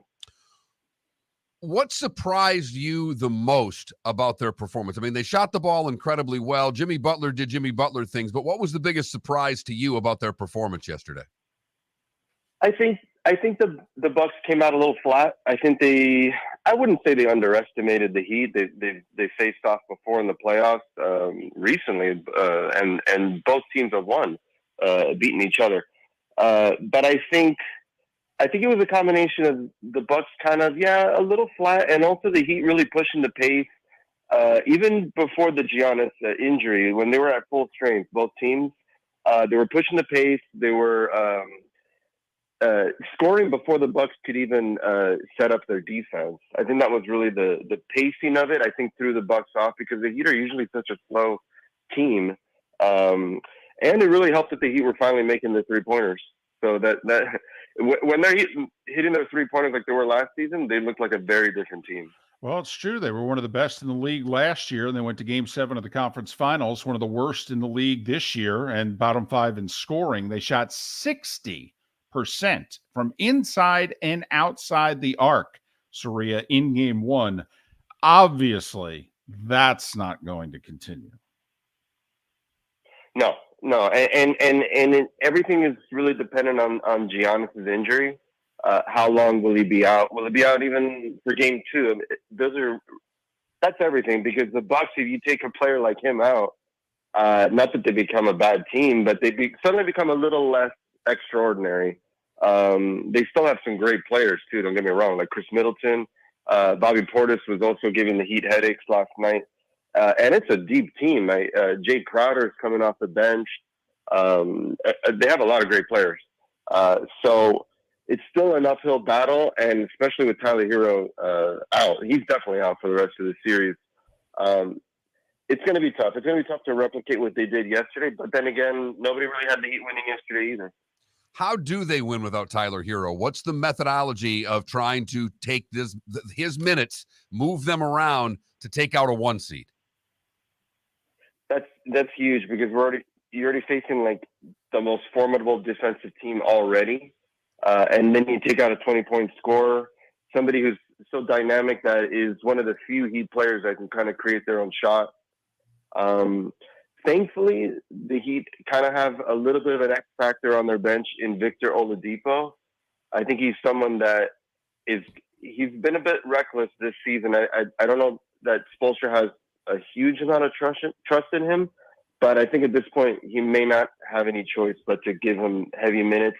And he's somebody that can explode. He can shoot it from anywhere. He can be a playmaker. He is definitely disruptive on the defensive end. So he's going to give you good minutes on that side of the floor. And if he can give you any extra offense on the other side, hopefully Jimmy Butler is going to keep that huge level of play that he always does in the playoffs. Maybe somebody like Duncan Robinson can come in and shoot some 3-pointers. And somebody like Max Strus, who was so good last week, if he can come in and give you 20 points, then right there, that's a huge help. Surya Fernandez, Hot Hoops is the blog. HotHotHoops.com is the site. Follow Surya on Twitter at Surya, Surya, Heat, NBA. Well, you just touched upon where I was going to go. Duncan Robinson actually got 6 minutes of action yesterday. Now, Oladipo didn't get any. But if Hero is out, does he just have to play Robinson and or Oladipo? And there is no short leash like there is in the regular season. And maybe these guys can relax and play a little bit because they know, Surya, that for the next week and a half, they're going to play. Yes, and I think that they always play better when they have more minutes and they're a little more comfortable. Victor Oladipo has always played better when he's had a lot of minutes. When he just comes in and out, he doesn't make that much of an impact. But again, he's a bit prone to turnovers. Duncan has really not been the same player for maybe a year and a half now. A lot would have to go right for the Heat to still win this series. But if they do win this series, it's because players like that stepped up. Minutes wise, I mean, obviously, Kevin Love comes in with 18 points in 22 minutes. You can't expect that. How much more can they expect from Love than what they got yesterday? I think Love is kind of like Jimmy Butler, kind of like Kyle Lowry, that they just know that they have to kick it into another gear. This is the playoffs, the intensity. They know these sort of things. Not that they've been like holding back during the regular season, but I think this is the best we're going to see of a player like Kevin Love, and the proof is right there. He played great. He gave them exactly what they needed. They have Zeller also on the bench because the Bucks they have a lot of size. He's another very useful role player that the Heat can plug in for a few minutes if they have to. If Kevin Love isn't really giving you the kind of production he did last night, they have someone like Zeller to come in too. So I think between the two of them, and if Bam continues to stay aggressive, they have a chance to at least make this a very competitive series. Well, you would like to think that they can get one more game and at least now force it to go 6. But here's my concern.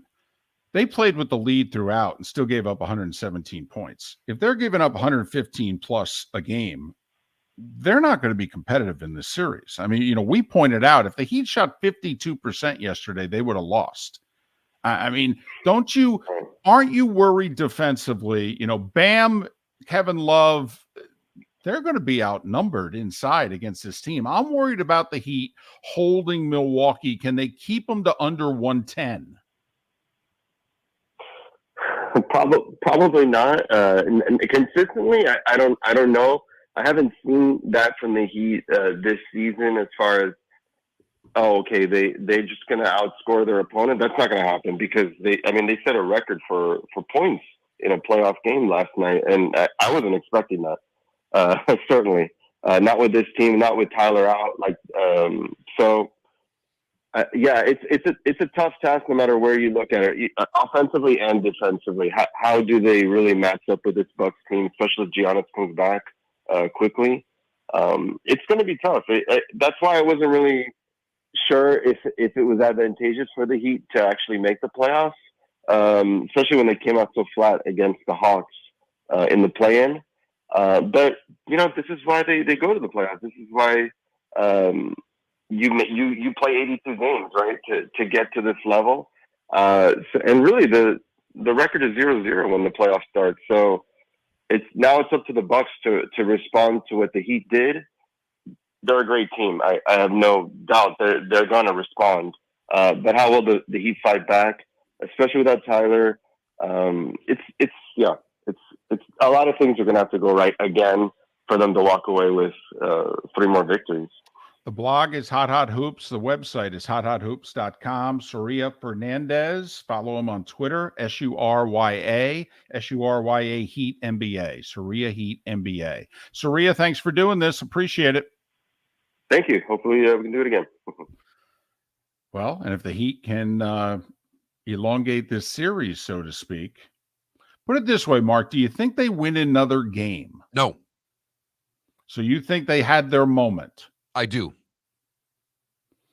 Look, you can't take 20 points off of a team and expect them to win. You just, if they had Hero, then yes. But you can't take away one of the 3 primary scorers on a team and think that they can win against the number 1 seed. I think a little bit of layoff for the Bucks. They were a little sloppy yesterday early.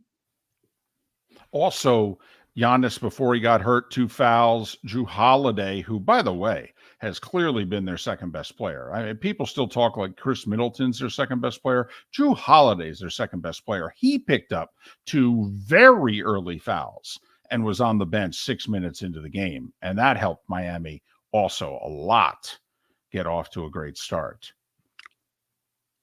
So I hope that they win more. I barely expected them to be where they are right now. I think Milwaukee will destroy Miami inside. I'm just trying to figure out. Miami's got 4 chances to win 1 more and force a game 6 in South Florida, if you know what I mean. I say they get 1 more. They get 1 more, they lose in 6. Can't overcome the Tyler Hero injury. I honestly think Milwaukee would win the series if Giannis didn't play the rest of the series. I think it'd be a war, and I think it'd go the distance. But I actually think Milwaukee would win the series if Giannis was out for the rest of the series. And to the point that you made in that interview, how well they shot, this isn't that good of an offensive team to expect them to continue to shoot at that level. That's the part of this, that if they do, you tip your cap and you go, all right, terrific job, Miami. You outdid your expectations. I mean, Philly, you're the biggest Heat apologist on the planet. Do you think they win another game in this series? Good talk. Is it that baffling a question, or was he not paying attention? Just not paying attention, looking right at him. Gotcha. Okay. But that's all right. Well, Jimmy Butler, 35 points, 11 assists. And tremendous Jimmy buckets, Jimmy playoff, whatever you want to call him. He did it again last night. And he bailed them out Friday night. They were losing by 6, 8 minutes to go Friday night to Chicago. Season was over. They outscored them 27-10 to finish the game. Michael Jordan 2.0. Take it easy. Take it easy. So do you think they win another game? I mean, you jumped in after the question. Sorry, when I asked you a direct question. Do you think they win another game in this series? If Giannis can stay out, yes. If Giannis comes back, no. Yeah. It's a bad matchup for him. It really is.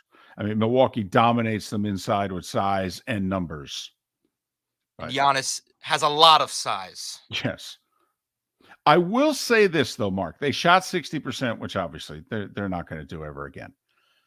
Milwaukee late in the season, I didn't think Milwaukee would have any trouble with Miami. I might have bet Milwaukee in 4 more times than I would have bet Milwaukee in 5, to be honest. But Milwaukee late in the season, Mark, teams were able to spread them out and score a lot of points against Milwaukee. They won a lot of games 130-120. They even won some 140-130.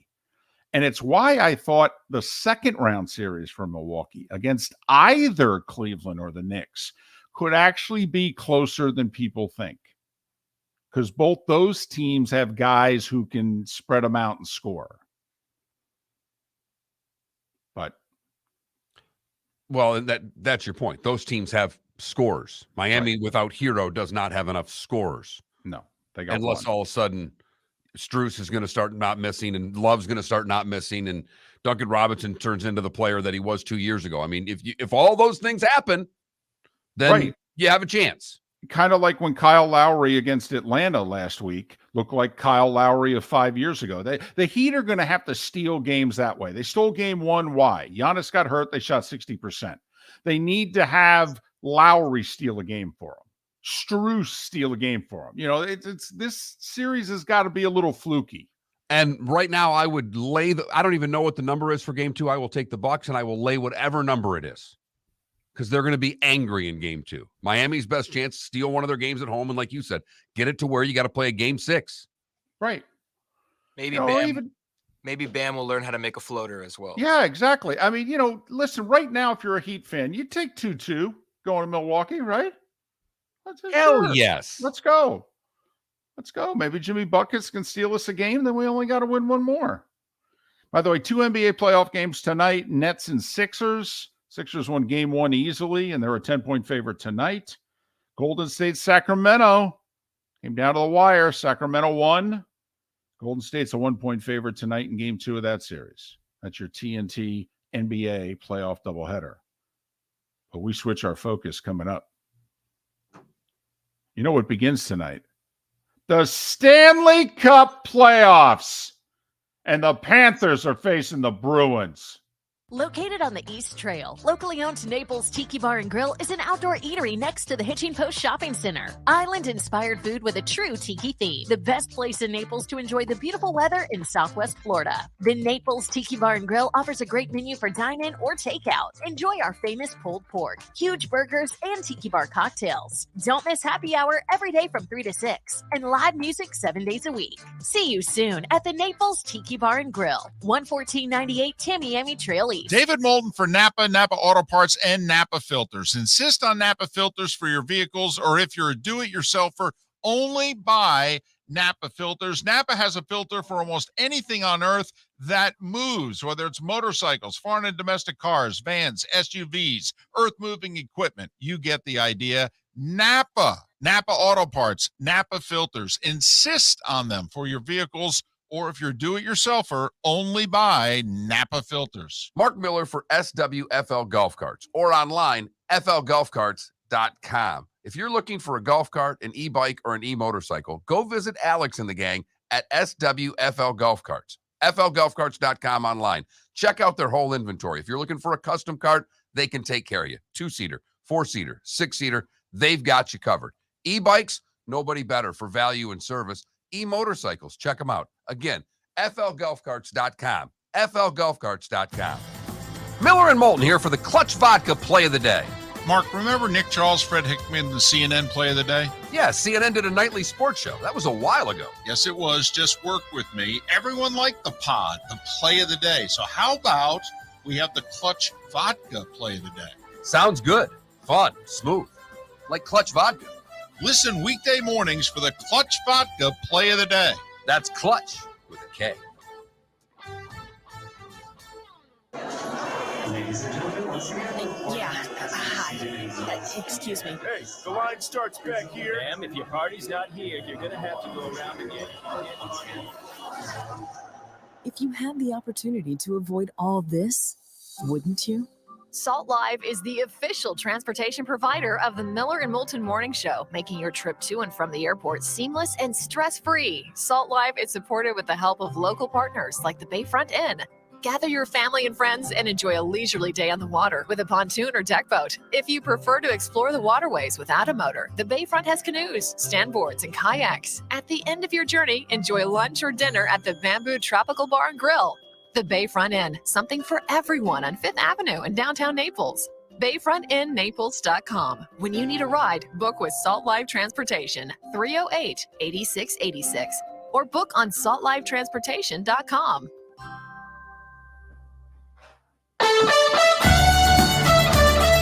You You are listening to Miller and Moulton on the Florida Sports Network.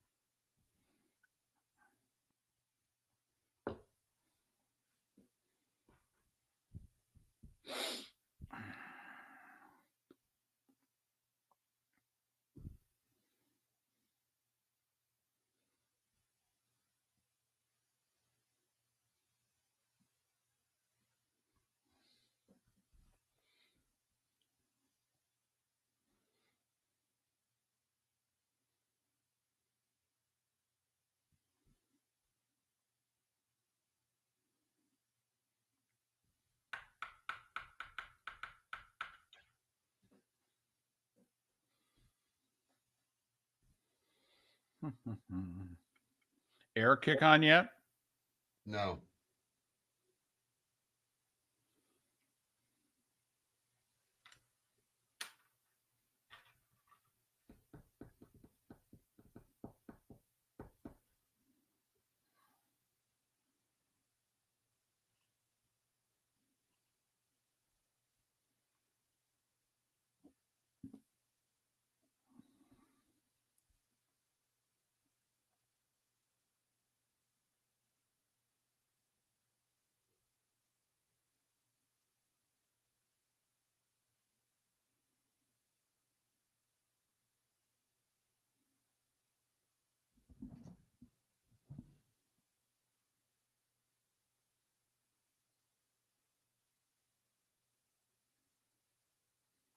This lady lived for 500 days in a cave on purpose.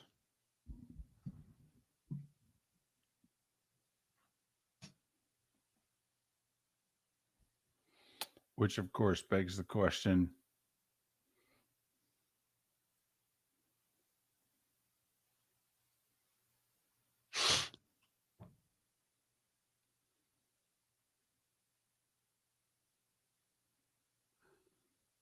David's on hold. Great. Thank you. We're back in a minute.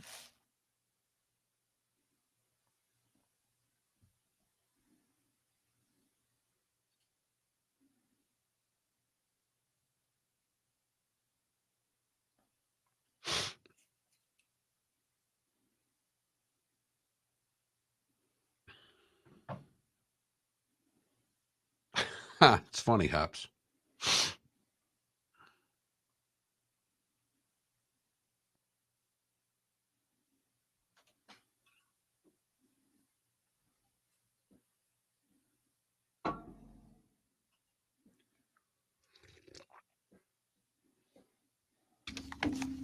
It's a shame that that last game had to be so late because I missed Gus Johnson.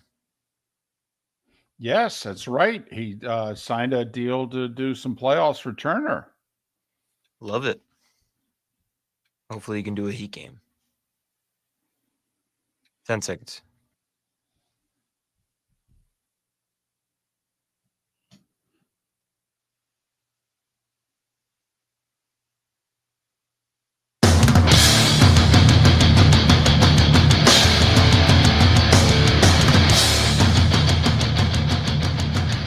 You are listening to Miller and Moulton, exclusively on the Florida Sports Network.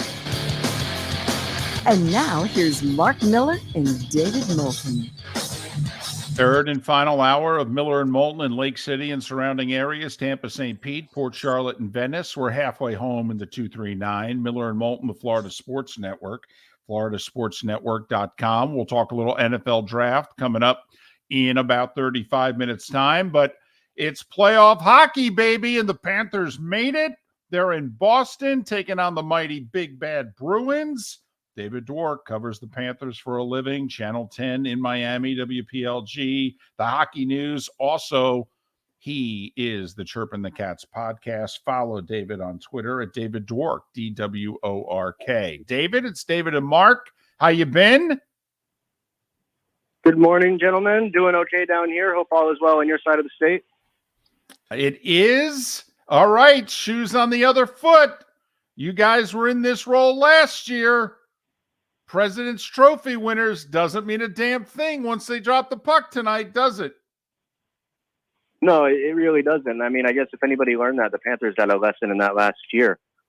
No, you can throw the regular season out the window. It's what the players and the coaches have been saying for the last few days. And, everybody's starting with a clean slate. Of course, going into it, everybody knows what the Bruins accomplished this year. They're historically good, the best regular season, the best regular season team the NHL has ever seen. More wins, more points. It's quite a challenge for the Panthers to face. But, as you guys see every playoff year, there's always a team or two that goes into the playoffs on a hot streak that nobody wants to face. This year, the Panthers are that team. They were great going into the playoffs. They had to be just to qualify. And now they get to face the best team in the NHL as a reward. So, hopefully it'll be a good series. Hopefully the Panthers will be able to play as well as we've seen them play late in the season and provide a good challenge for the Bruins. But I mean, look, at the end of the day, they're in, and that's what you wanted, right? Let's get to the playoffs. Oh, there's no doubt that they're in, and they've been playing playoff hockey for what seems like probably a month. Do you think that's a good thing or a bad thing, David? I think it's a good thing. I think last year we saw as you said, the shoe was on the other foot where they were in first place. They rested guys toward the end, kind of coasted in. There was no excitement. There was no scramble to get in. This year, they've been in that playoff mode for almost a month now, where every game has felt like a must-win game. And they've had that kind of that self-prescribed pressure that you put on yourself. And now everything gets real in the playoffs.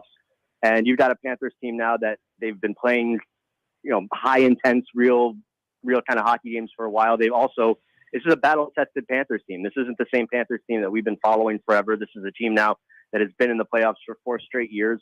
A lot of the same roster has been around. They know what to expect. They understand how things get taken up another notch in the playoffs in pretty much every category that you could describe it in. So, yeah, I think, considering the situation, it could be a lot worse. I think the Panthers are heading into this series about as confident that you could be when you're playing a team as good as Boston. A lot of changes were made in the offseason because they didn't feel as if the team that they put together for a couple years there was one that could go deep in the playoffs. New coach, a major trade.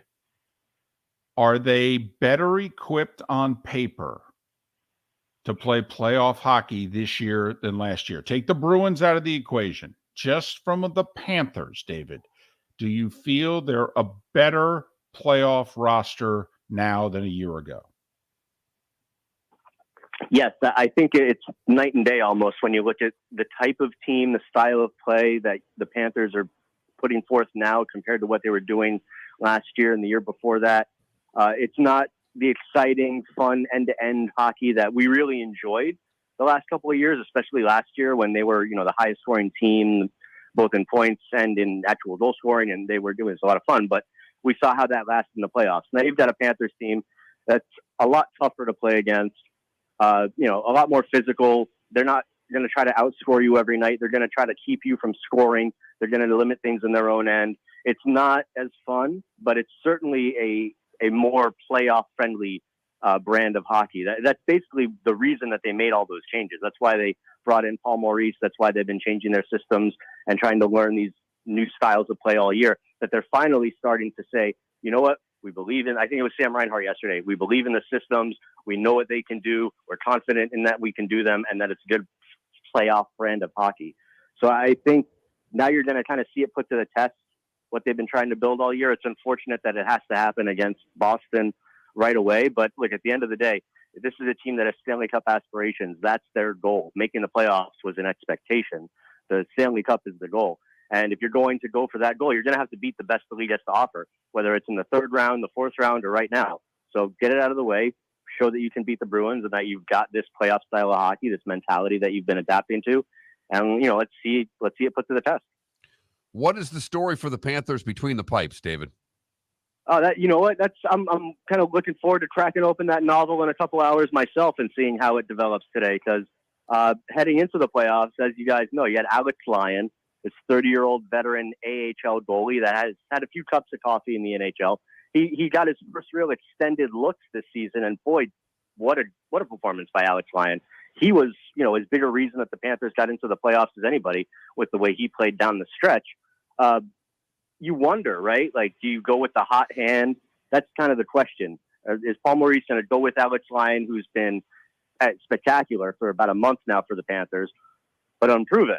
He won an AHL championship. He led the Chicago Wolves to the Calder Cup last year, which is impressive. But now this is a whole nother monster in the Stanley Cup playoffs.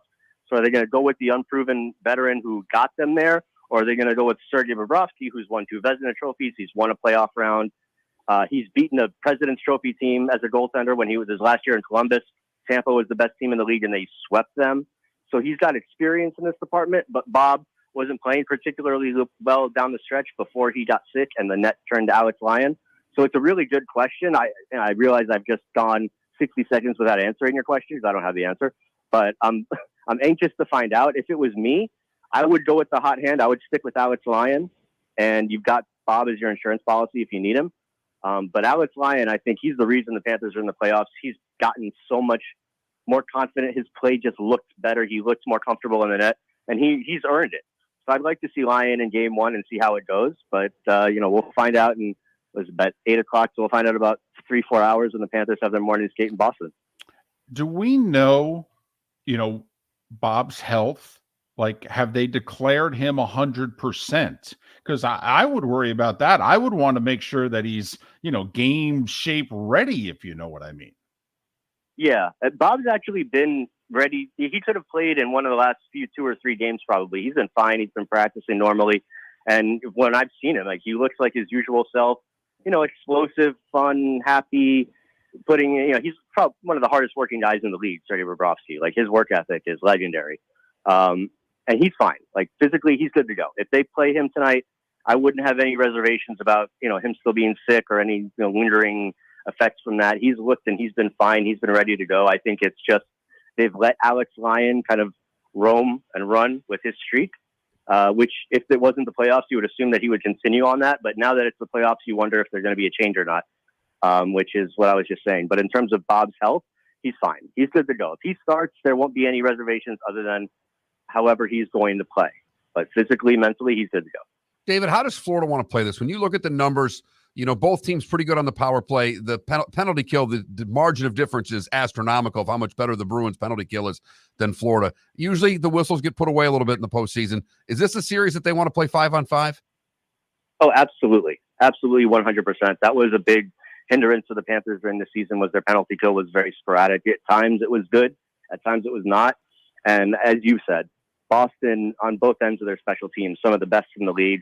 Their power play is lethal. They've got 2 exceptionally good power play units. They're very deep. And the Panthers staying out of the penalty box was an issue for them kind of throughout the season. It was something that they battled with. So, yeah, 100%. The more of this series that you can play 5-on-5, the better it will be into the Panthers' hands. You want to stay out of the box. Florida's power play is fine. It's looked good late in the season. Aaron Ekblad has kind of helped re-spark things a bit. Obviously, Matthew Tkachuk has been on fire. Sam Reinhart's been on fire. You got a 40-goal scorer in Carter Verhaeghe that's popped in and out of the top power play unit. But, yeah, ultimately, special teams scares the bejesus out of me with this Boston team. And the more 5-on-5, the more even strength the Panthers can get, the better I think their prospects for winning the series will be. David Dwork covers the Panthers, Channel 10 in Miami, WPLG. The Hockey News, Chirping the Cats is the podcast. You can follow David on Twitter at David Dwork, DWORK. David, as always, safe travels. Appreciate your time and your insight. Hopefully the series goes a long way and we can do this again. Yes, let's meet up again for the second round and talk about this amazing upset that's about to happen. I love it. Thanks, David. All right, fellas, be well. David Dwork, kind enough to join us once again here on Miller and Moulton. Losing the finale to Carolina bothers me a little bit. If they had won it, they would have gotten, New Jersey, as it turns out. But they would have avoided the Bruins. And they knew going into that game, Mark, that if they won, they would avoid Boston. And they couldn't win it. and they gave up 6. Carolina knew if they won the game, they were playing a wild card. I mean, there was a lot at stake for Carolina. Yes. It's not like they played a game in which everything was at stake for Florida and nothing was at stake for Carolina. There was equal stakes really for both teams. They were both in the playoffs. They were playing for seeding. They got beat by a team that's considered better. 2-2 in the third. You're right. And Carolina scored 2 goals in like 30 seconds. And 6-4, I think, was the final. It concerns me. And to me, they've been playing playoff hockey since the All-Star break. Remember, they came out of the All-Star break, beat the Lightning twice, and got hot and got themselves back in it. So they've been playing 2 months of playoff hockey. I think they were the 6th best team in the East, in the NHL, actually. I think they were the 6th best team in the NHL from the All-Star break to now.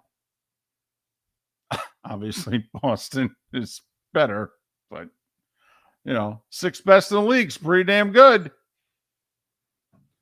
Like they won 6 of 7 to finish the season or something like that, but Boston won 8 of 9, or you're 8 in a row and 15 of 16 or whatever the hell it was. So it's not, you can't throw your streaks up against the Boston Bruins because their whole season was a streak. So are we all going with the 30-year-old AHL guy? Yes.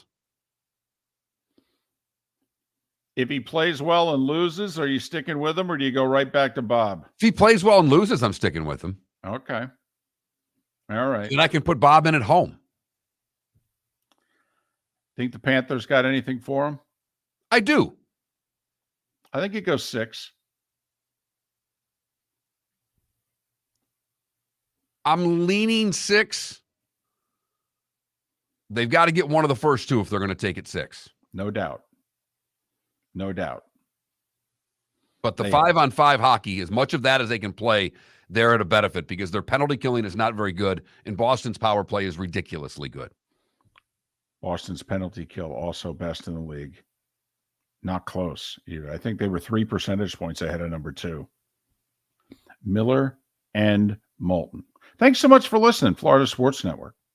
David Moulton for Napa Auto Parts, and Napa Filters. Insist on Napa filters for your vehicles, or if you're a do-it-yourselfer, only buy Napa filters. Napa has a filter for almost anything on earth that moves, whether it's motorcycles, foreign and domestic cars, vans, SUVs, earth-moving equipment. You get the idea. Napa Auto Parts, Napa filters. Insist on them for your vehicles, or if you're do-it-yourselfer, only buy Napa filters. Mark Miller for SWFL Golf Carts, or online, flgolfcarts.com. If you're looking for a golf cart, an e-bike, or an e-motorcycle, go visit Alex and the gang at SWFL Golf Carts. flgolfcarts.com online. Check out their whole inventory. If you're looking for a custom cart, they can take care of you. 2-seater, 4-seater, 6-seater, they've got you covered.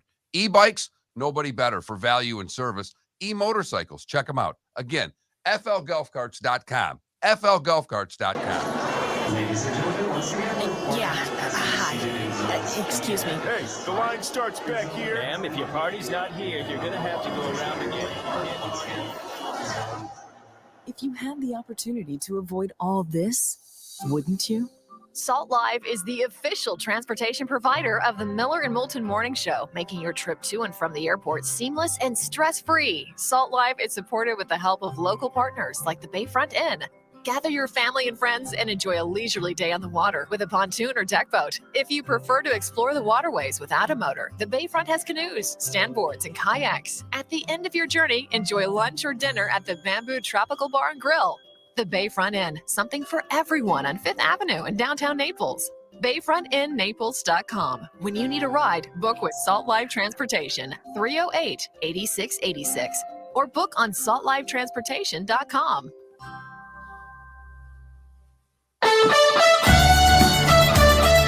You are listening to Miller and Moulton on the Florida Sports Network.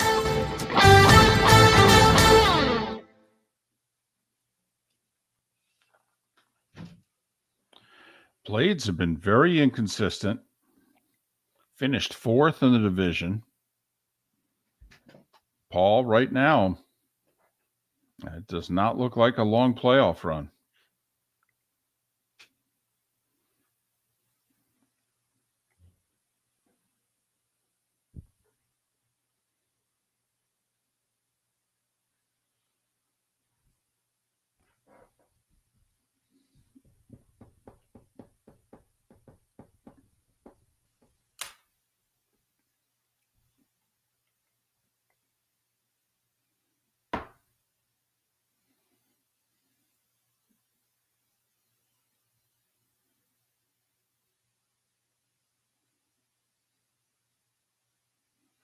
My kid is really rooting for a Toledo, Florida Everblade Kelly Cup final.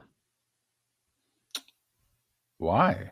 To watch Toledo. He wants to come down so he can see Toledo's goalie, who is the Wings prospect.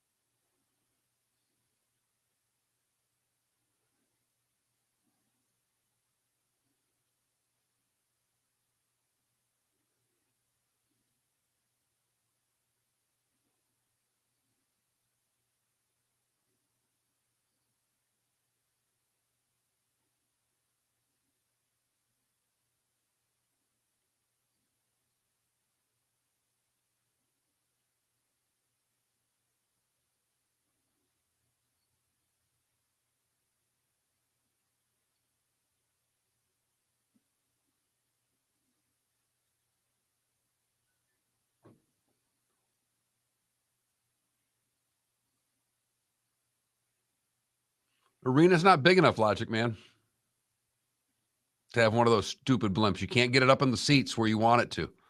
It's not worth the money. Now, they probably could get smaller ones these days to do it, but you need a higher ceiling and a bigger arena.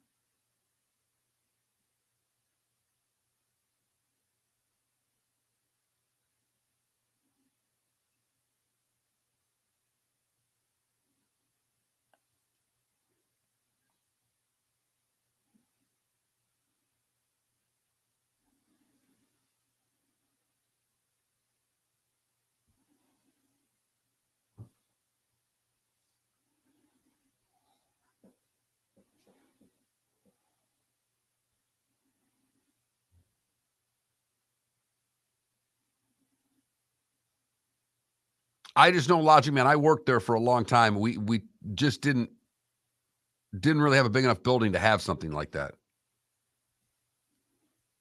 But there could be one that's, 25% of the size of when they first started those things. But the whole point is that you had the advertising on the blimp, which was made why you sold it. They got enough to sell in that building. They don't need a blimp.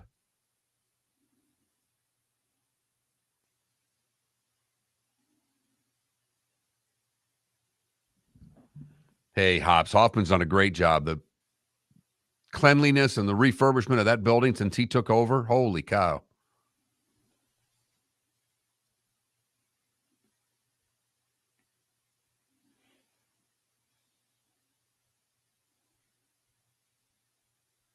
Ten seconds.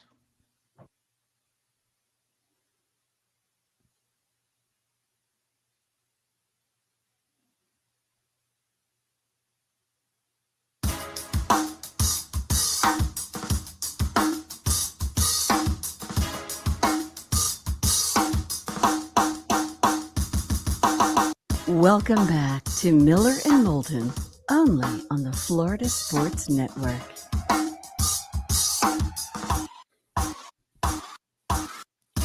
.21 past the hour. Miller and Moulton, the Florida Sports Network, floridasportsnetwork.com. Thanks so much for listening. We really appreciate it. We'll talk some Indianapolis Colts picking fourth, maybe. Might move up to 2. Did you see the tweet that their owner, Jim Irsay, sent out yesterday? He loves to tweet. He does. The tweet was interesting. Well, We might stay put and draft a quarterback. We might trade up and draft a quarterback. All right. We might trade back and draft a quarterback. Then again, maybe we won't take a quarterback at all. It was like, what are we doing? A 15-second Miller and Moulton promo for Tuesday? What kind of tweet is this? Strange. Oh, really? Jim Irsay did something that we consider strange. He got out of bed, didn't he? Yes. Okay. Oh, then the odds of him doing something strange are at 100%. What are you trying to say, Mark? He's a strange duck. He is. He is. There's And no yesterday he felt like quacking a little bit, so he got on Twitter. Look at you. Sticking with the duck analogy there. I'm proud of you. Hey, a couple of things. So Buda Baker came out on Friday after our show, the Cardinal safety, and he said, yeah, get me out of here. We're going to suck. I'm not interested. And reportedly, Jags, Bengals, Packers, top trade destinations for Buda Baker, which I would find interesting on a couple levels. First off, Packers. I mean, he's going to cost a high draft pick. I mean, some think that the Eagles are very much in on Buda Baker, and they'd have to give up 30 to get him. So wouldn't this, put it this way, Mark, if Green Bay's really interested in Buda Baker, don't they have to complete the Aaron Rodgers deal? Well, don't they need the picks? It's why I don't know who has hand in this Jets-Packers thing. I don't, everybody seems to have a different variance of who's in control of this trade. And I don't know if either side has more control than they think. The second thing is the Bengals could have kept Bates, who's been the best safety they've had in 20 years, and they let him walk over money. Buda Baker's like one of the two highest paid safeties in football here. I mean, that just doesn't seem like a Cincinnati type of thing. I know they've spent a little more money and they've brought in some players in the last couple of years, and they are doing things differently, but the Bengals haven't made a draft day trade in forever. They don't trade their picks. Now, the Jags, that's a different story. And I wonder, Mark, do the Eagles, basically, is Arizona going to say to Jacksonville, we need 24? Because Philly's willing to give us 30. And if you're Jacksonville, do you make that type of deal? I mean, the defense is what's keeping you from potentially threatening the big boys. Your defense is not good enough. Is that the type of player that takes your, is that Tyrann Mathieu from a couple years ago in which you're like, listen, he's going to impact our defense? That's a player. I'm just saying. So that's out there. D-Hop is very much on the market. And he made sure to let everybody know over the weekend he does not need to have his contract renegotiated. He did delete that shortly thereafter. And his agent made him do that. But he's basically saying, get me out of here, okay? We're going to suck. And I'm not interested. Is it safe to say Arizona's on the clock? Mark, I think... I think that's your leader in the clubhouse. I do. Like last year, we were debating Chicago or Houston at this time, and they ended up going 1-2. I think right now you have to bet on Arizona right now to have the first overall pick. There's not a lot of talent there. What talent is there wants to get out. Right. And what's remaining's injured. And a new coach, a new system, and all that. Right. Mm-hmm. Okay, just throwing some stuff out there. All talk about Hendon Hooker or Will Levis, if he falls. So I saw something I thought might interest us over the weekend. First round quarterbacks drafted outside of the top 20. Remember, when the Bucs interviewed Levis? Well, they're drafting 19th. And the thought's like, really? Will could fall that far? Huh. Hendon Hooker, 25 years old, torn ACL. Somebody who might fall to, I don't know, Baltimore at 22. Mark, there have been 7 quarterbacks in the last 13 drafts. 7 quarterbacks taken between 21 and 32. You ready? Give it to me. Tim Tebow in 2010 was taken 25th. Okay. Brandon Whedon 2 years later was taken 22nd. Don't like where this list is going. Teddy Bridgewater 9 years ago was taken 32nd overall. Now, Teddy was working out. That was looking like a good pick by the Vikings. He got hurt, non-contact injury. We all know now he's a journeyman quarterback. Johnny Manziel, same draft class, 2014, went 22nd. Paxton Lynch, Mark, 7 years ago, went 26th. He's tall. So you know who drafted him. Right. John Elway and the Broncos. Mm-hmm.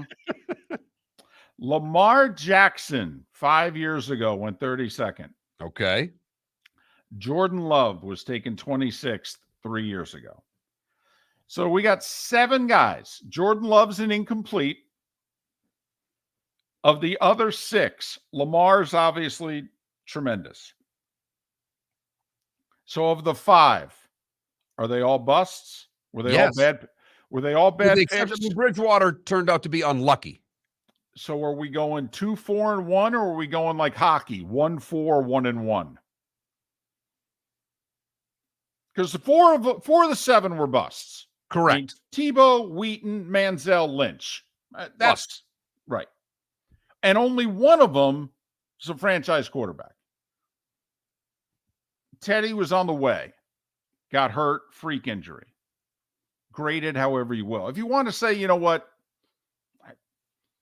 give the Vikings credit. That turned out that was a good pick. They got unlucky. Okay. Fine. 2-4-1 then. If you give the Vikings the benefit of the doubt with Bridgewater. 2-4-1 quarterbacks taken between 21 and 32 in the last 13 drafts. Yeah, and I'm going to lead with your 1-4, 1-1, if you know what I mean. Okay. Like I can't put that can't put Teddy Bridgewater in the same column I'm putting Lamar Jackson in, if you know what I mean. So it's like hockey: 1 win, 4 losses, an overtime loss, and a shootout loss. I mean, I'll put Teddy as a shootout loss. You had something going there, but it's a shootout loss at the end of the day. So Teddy's the shootout loss with Jordan Love. I thought Teddy was the overtime loss. Jordan Love's the shootout loss. So, hey, potentially Jordan Love could be a thumbs up, could be a win. But right now, at best, it's 2-4-1. So does that change anybody's thought process as to, you know what? I'm going to have Hendon Hooker be the 5th quarterback taken. I'm going to take him in the 20s. If I'm Minnesota at 23, Baltimore at 22, maybe New Orleans at 29, do 2 years of Carr, move on to Hooker.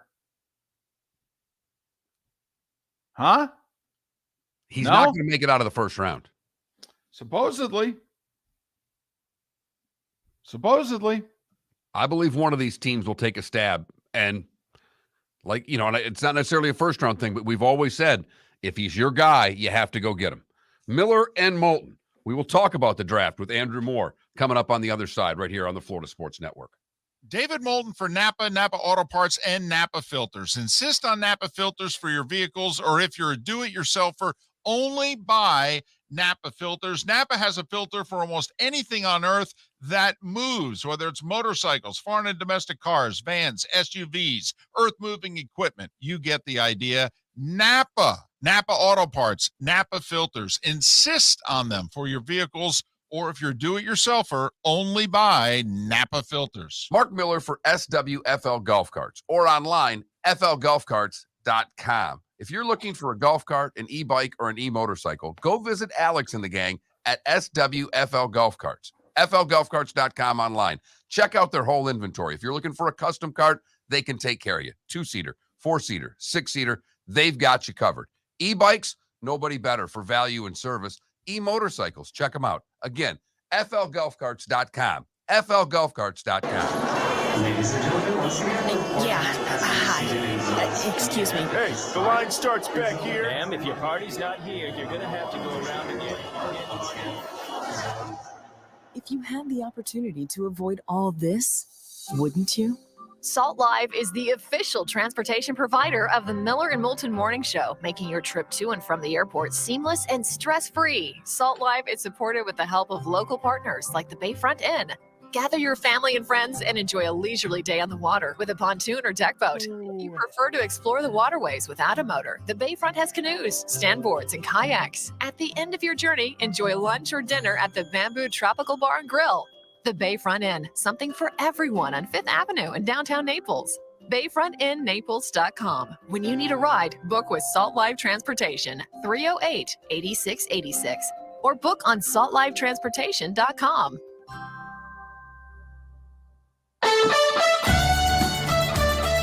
You are listening to Miller and Moulton on the Florida Sports Network.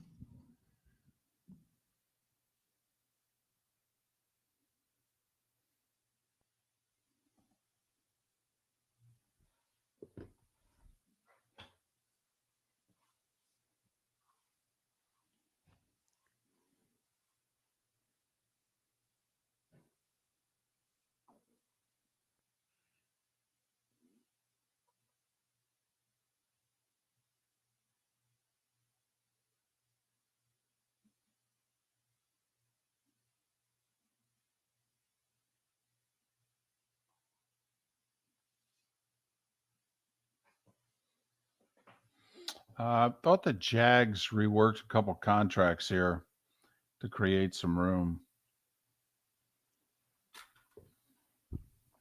I was trying to look that up during that thing. It's so hard to, for me on the phone to do that. And look, I need computers. Logic Man, what rock shows are out there, though? I mean,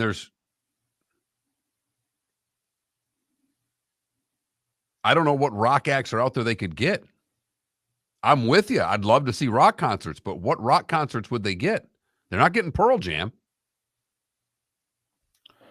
Adam, last I saw, the Jags had $15 million in cap room. That was 10 days ago. The Jags were listed as one of the teams that had more than $10 million in cap space.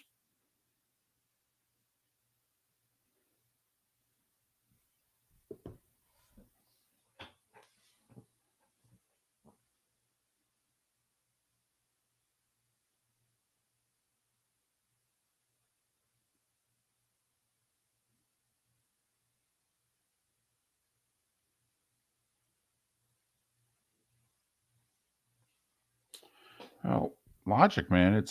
When you're a 7,000 seat arena, and a lot of these acts want a bigger place.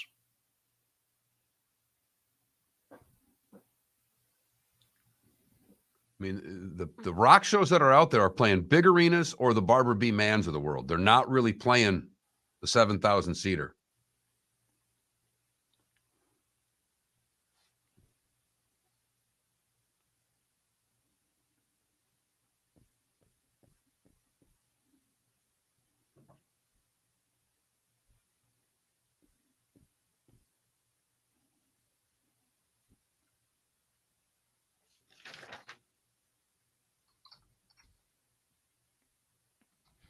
Yeah, Hops. I saw 15.1, but okay.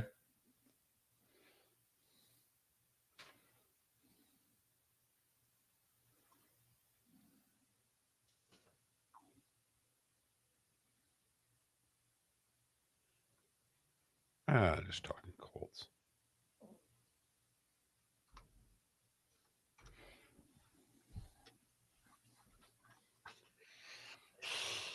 Andrew's on hold. Great. Thank you. How's everything going today? Good. Sorry, I zoned out earlier. I was just making another post. Gotcha.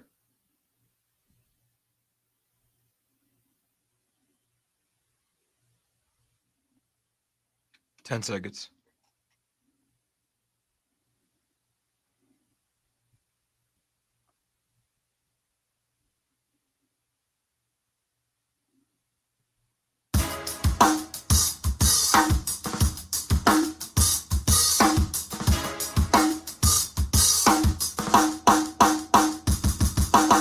Welcome back to Miller and Moulton, only on the Florida Sports Network.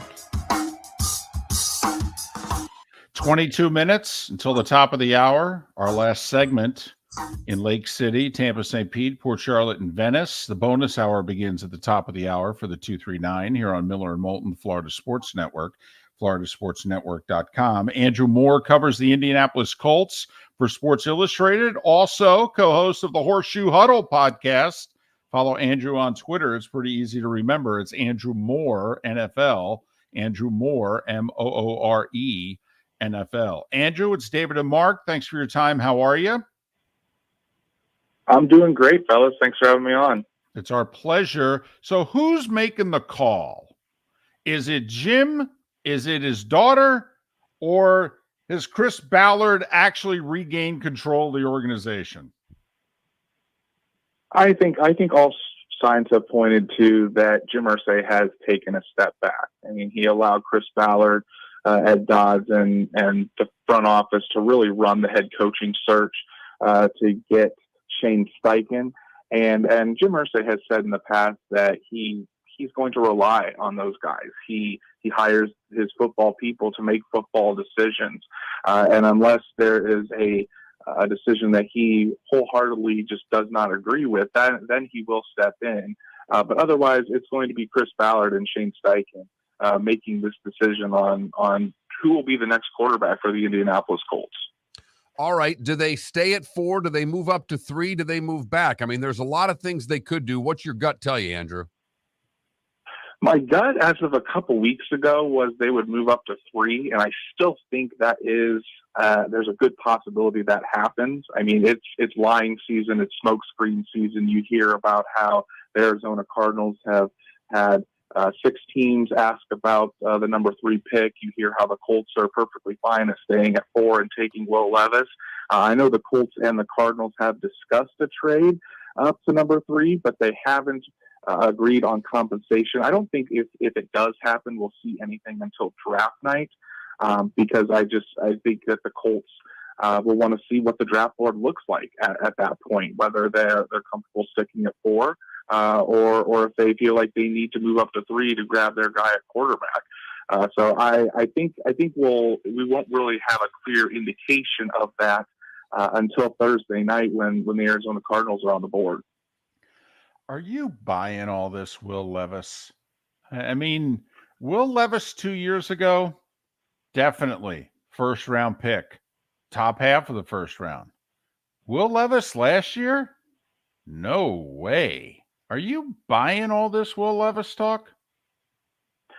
I'm honestly not. I mean, I think the Colts do like Will Levis, but I think just from the past of what Chris Ballard has always drafted, looking for high-end traits, looking at the types of quarterbacks that Shane Steichen has had success with. I mean, he's had success with a variety of different quarterbacks with Phillip Rivers, Justin Herbert, Jalen Hurts. But you look at the offense that Shane Steichen ran with the Eagles last year, a heavy RPO, vertical attacking offense, and it just seems like that would be perfect for Anthony Richardson. You get the high-end traits that Ballard loves, put him into the offensive system that we know has had success with Shane Steichen. I think that a lot of what the talk about Will Levis is, it's a good smokescreen by the Colts, saying possibly putting it out there that they'd be fine with taking Will Levis at 4, but also trying to dissuade some teams from jumping over them to 3 to get Anthony Richardson. It's really hard to believe anything that's out there at this point, but I know this, that the Colts have been very tight-lipped about putting out their thoughts on the quarterback situation and their draft board regarding that. And when you're looking at probably the most important pick since Andrew Luck, why would all these leaks just start happening now? So I think they're very calculated leaks. And in my opinion, I think the Colts would have Anthony Richardson higher on their draft board than Will Levis. How quickly do you think they expect to play Richardson if they draft him? I mean, we saw a lot of Anthony Richardson. The good is very good, but the bad was really bad too. Yeah, I think it'll all depend on his mental processing. I think they went out and got Gardner Minshew because he knows Shane Steichen's offense. He's a solid veteran bridge quarterback, good locker room guy. They're not going to force things here. The moves that they've made this offseason in free agency have really signaled to looking towards 2024 and 2025 rather than 2023. They're not going to push him out there if he's not ready. Do I think Anthony Richardson should play right away? I think if he has the mental part down, then yeah, absolutely. But you don't want to throw him out into the fire if he's not ready from a processing standpoint. You don't want the kid to hurt his confidence, because with quarterbacks, I think we all know this, confidence is very, very key. So I think it's going to be interesting to watch throughout the spring, throughout training camp, how Anthony Richardson does. But the Colts, I've seen reports out there that, again, the Colts like Will Levis because he could play from day one. If you're a front office looking at a quarterback just by how he could play day one at the top of the draft, I don't think you're really doing your due diligence and doing your job right. You're looking for that quarterback who can be a stud or an alien for you that needs to compete with the Patrick Mahomes, the Josh Allen, the Joe Burrows for the next 10 to 15 years. So I think it's going to be interesting to see how he is able to handle the game mentally and be able to handle the offense. And if he's got all that down by the start of the season, let him go out there from day one. And because the thing with Anthony Richardson, he needs those live reps. Yes, he does. Just 13 starts at Florida. Andrew Moore covering the Colts for Sports Illustrated, co-host of the Horseshoe Huddle podcast. Follow Andrew on Twitter, Andrew Moore NFL, Andrew Moore, Moore NFL. In 2020, the Colts had probably one of the 6 or 7 best rosters in the league. That team, if it had gotten by Buffalo in the first round and they largely outplayed the Bills that day, that team, I think, could have given the Chiefs a hell of a battle that year. Andrew, the Colts roster since, is this a bottom 8 roster in the league? I would say probably right now it is.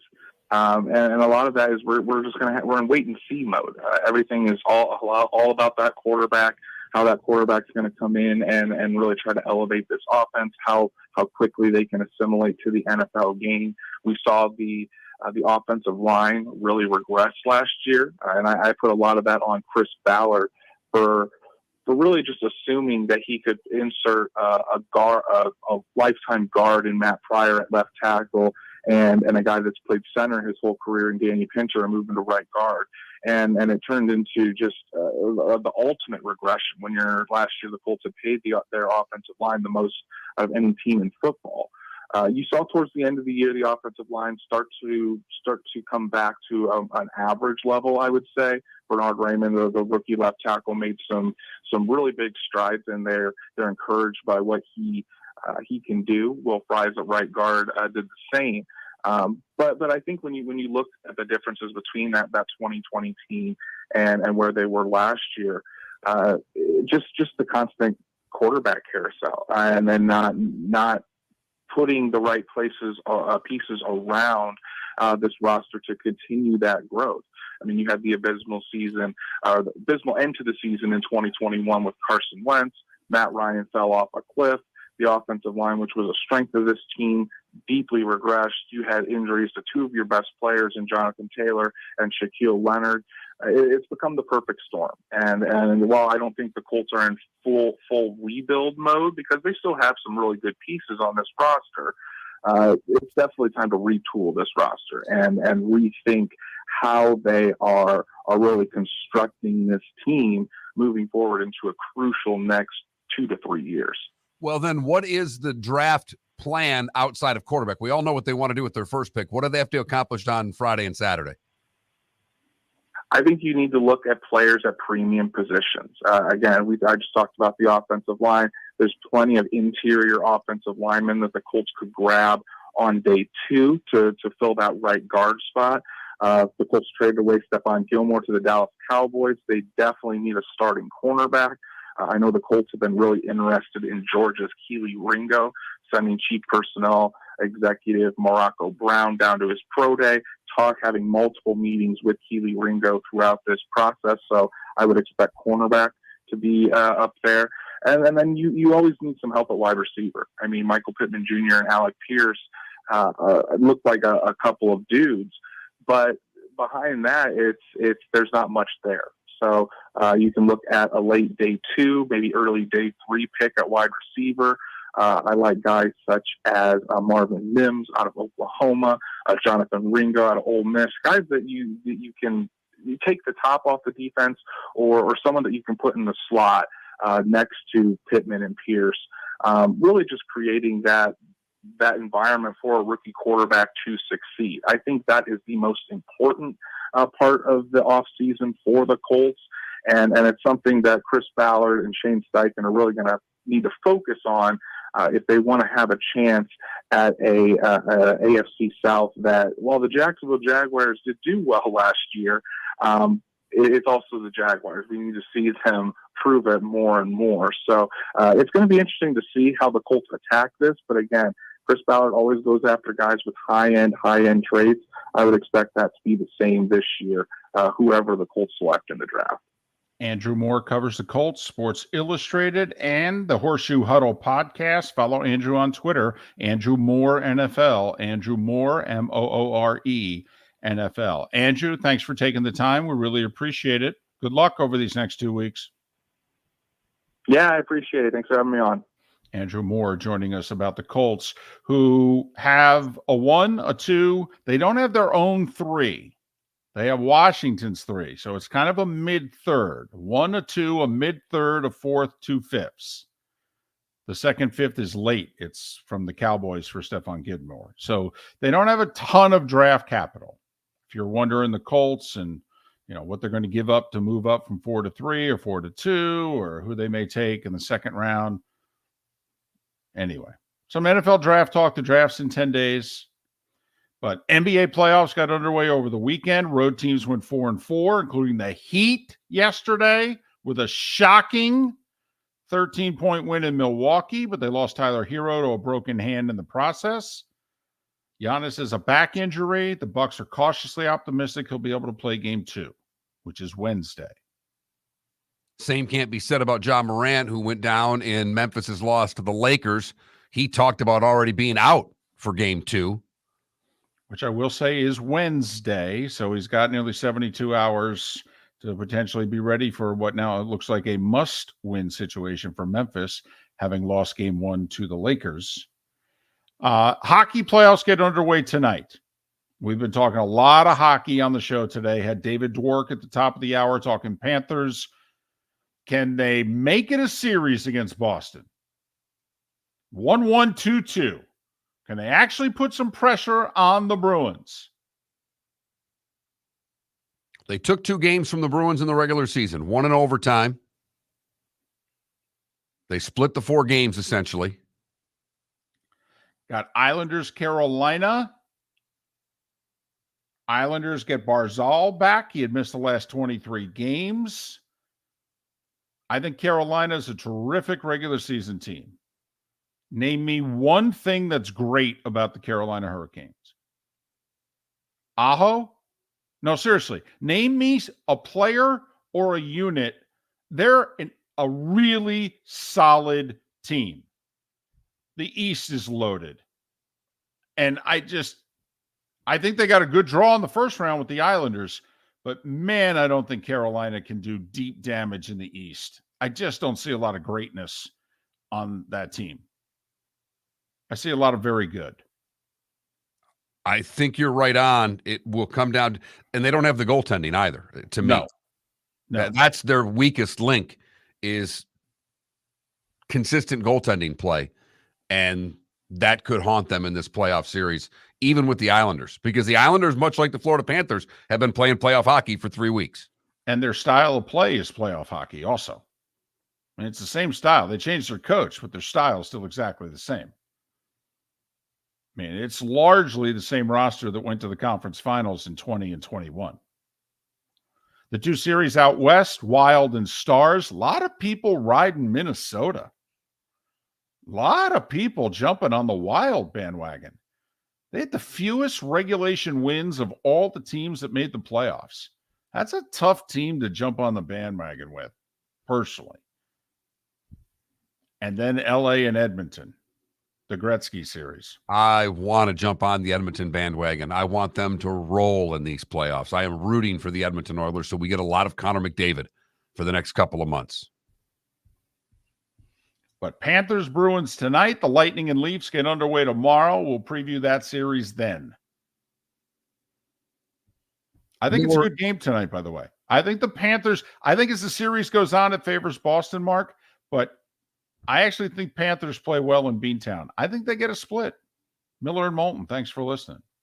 David Moulton for Napa Auto Parts, and Napa Filters. Insist on Napa filters for your vehicles, or if you're a do-it-yourselfer, only buy Napa filters. Napa has a filter for almost anything on earth that moves, whether it's motorcycles, foreign and domestic cars, vans, SUVs, earth-moving equipment. You get the idea. Napa Auto Parts, Napa filters. Insist on them for your vehicles, or if you're a do-it-yourselfer, only buy Napa filters. Mark Miller for SWFL Golf Carts, or online, flgolfcarts.com. If you're looking for a golf cart, an e-bike, or an e-motorcycle, go visit Alex and the gang at SWFL Golf Carts. flgolfcarts.com online. Check out their whole inventory. If you're looking for a custom cart, they can take care of you. 2-seater, 4-seater, 6-seater, they've got you covered.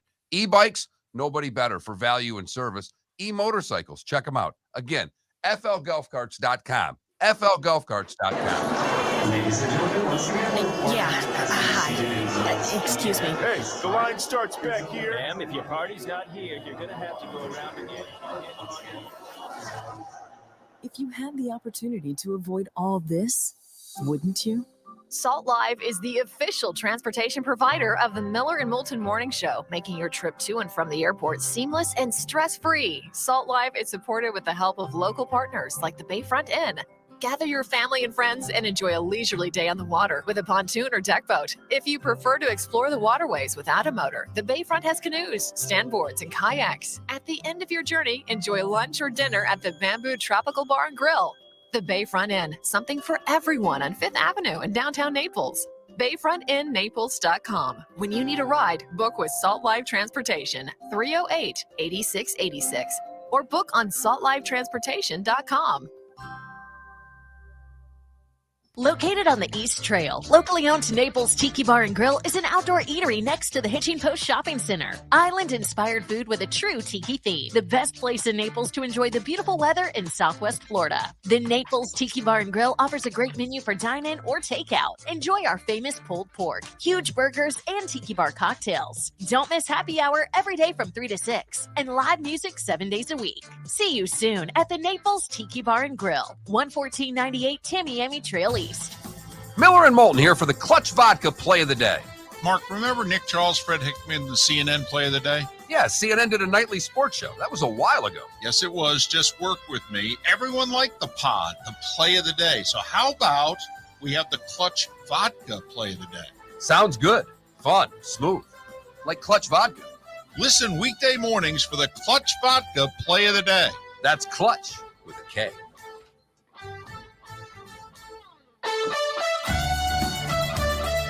You were listening to Miller and Moulton on the Florida Sports Network.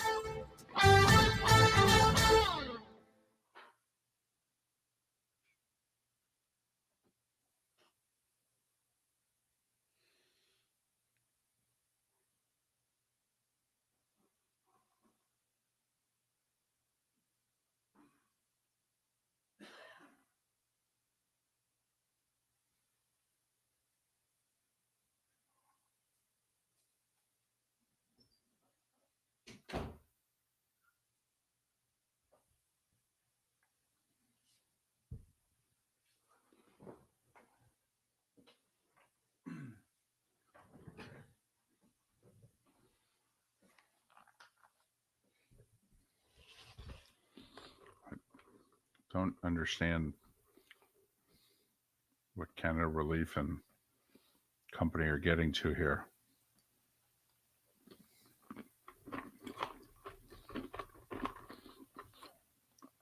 Also, I love a guy joining the show at 8:40 going, hey, you guys going to talk any hockey? This week, we'll get a ton of it. He didn't say today. He said this week.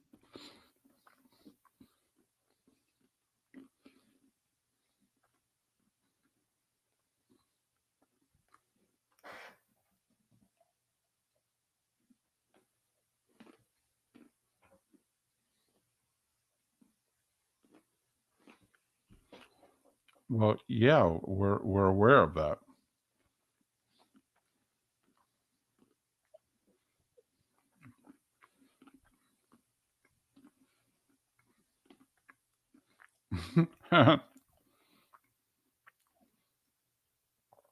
Make a dadgum good point, San Diego.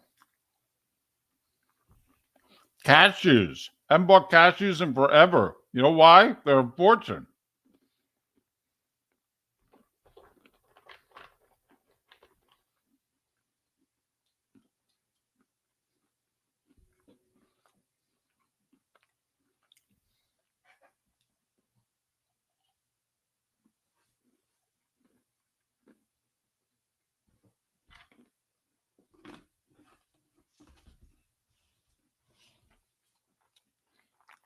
Here's a thing of cashews right there.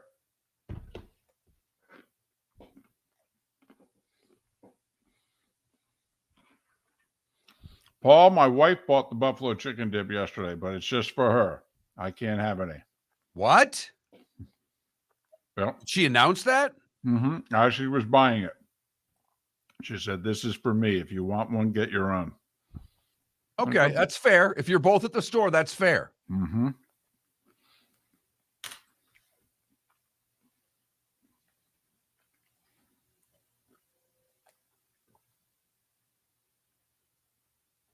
Yeah, Paper City, I can't. It doesn't do enough for me.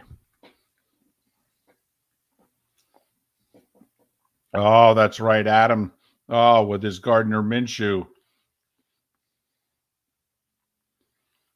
If there's a Mrs. Minshew, I don't think she loves Minshew as much as you do. I mean, like, I'm at least willing to admit Lauren Tannehill loves Ryan more than I do.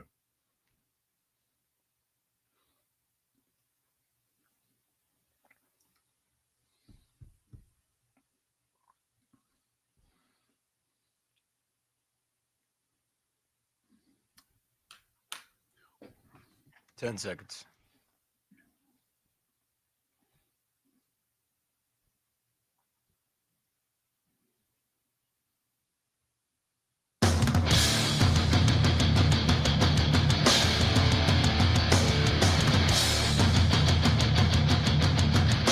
You are listening to Miller and Moulton, exclusively on the Florida Sports Network.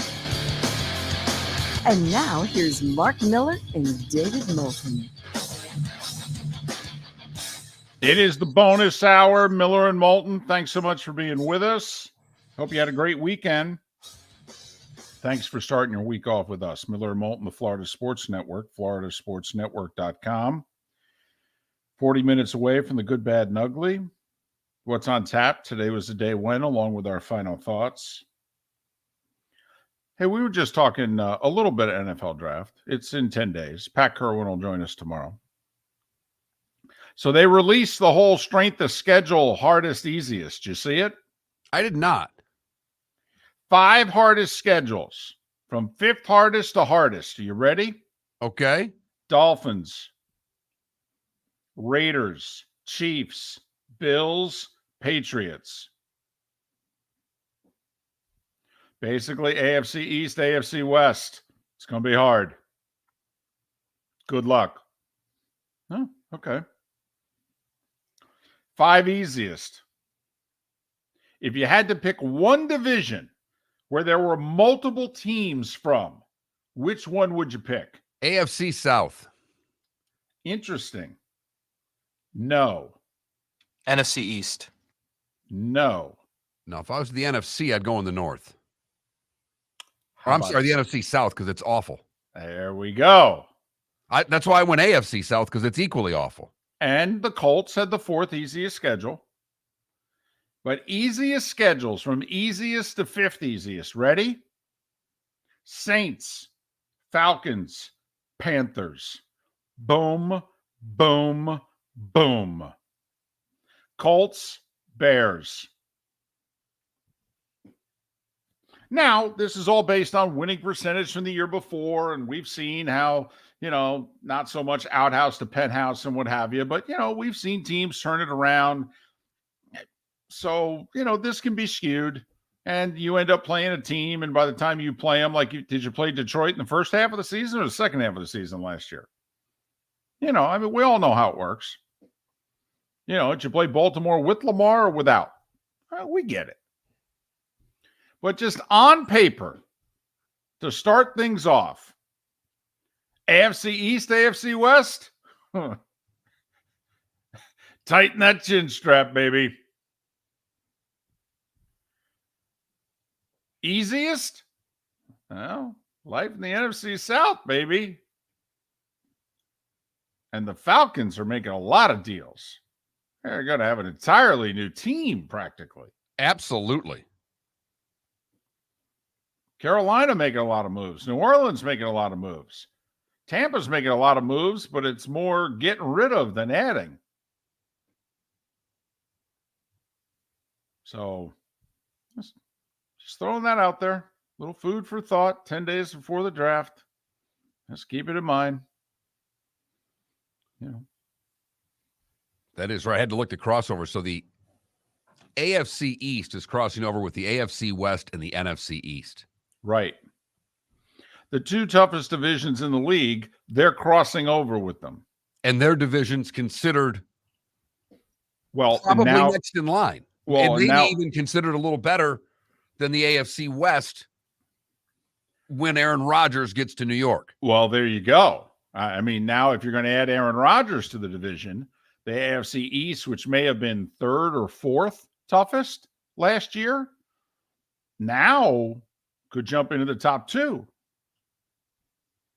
But this does affect, I think, if you're looking for a wild card. Obviously 3 of those suckers available. Well, East and West are going to be playing each other. So we could have head-to-head tiebreakers that can decide wild cards, but also you might get beat up in those divisions a little bit more than you will if you're playing in the North and the South. Just saying.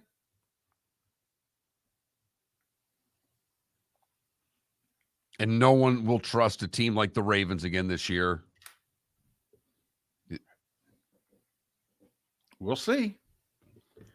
Apparently, Lamar told them, you get D-Hop and Odell, and I'll come in. I'll sign the tag, and let's go.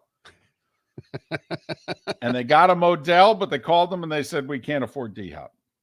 Don't have the money. So we'll see. We'll see. But I thought you'd find that interesting. Did you see the other NFL story over the weekend before we get back to the NBA and NHL playoffs? Remember on late last week, and we had Scott Jackson on talking about Snyder's finally selling the Commanders, and he's selling it to the Josh Harris guy who owns the Sixers and the Devils, and the DC billionaire and Magic Johnson, and $6 billion and $50 million. $6.05 billion was the deal. Apparently it was $50 million more than the Canadian billionaire, but it's not binding. It's not official. Nothing's official to the owners' meetings at the end of May. Nothing's been signed. So the Canadian billionaire can still up his offer. And for that matter, I guess somebody else could make an offer. Did you see what got reported over the weekend?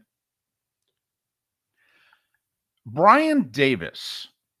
And if that name sounds at all familiar to you, he was on those great Duke teams in the early 90s.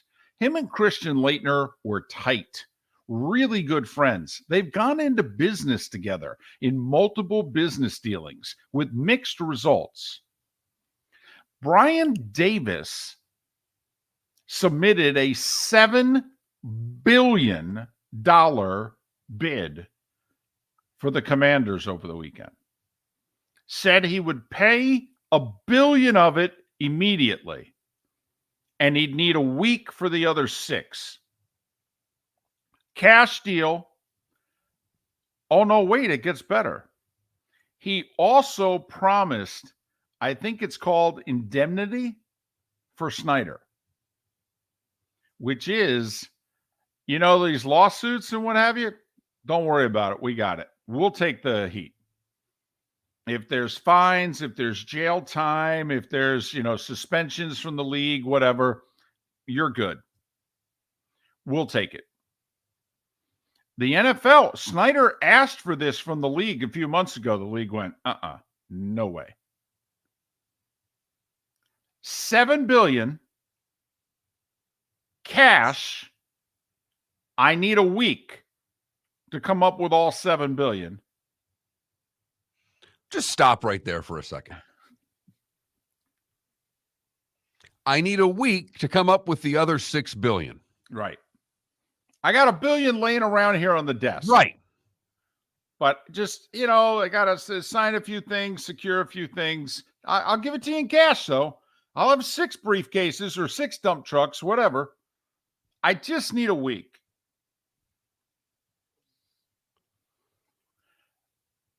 I'll be curious if this gets a serious look over. Like, if you're the NFL and Bank of America, do you have to take this seriously? I would think you have to. Well, there's the other part of it. Brian Davis is African American. The NFL would have their first primary African American owner. It's $1 billion more.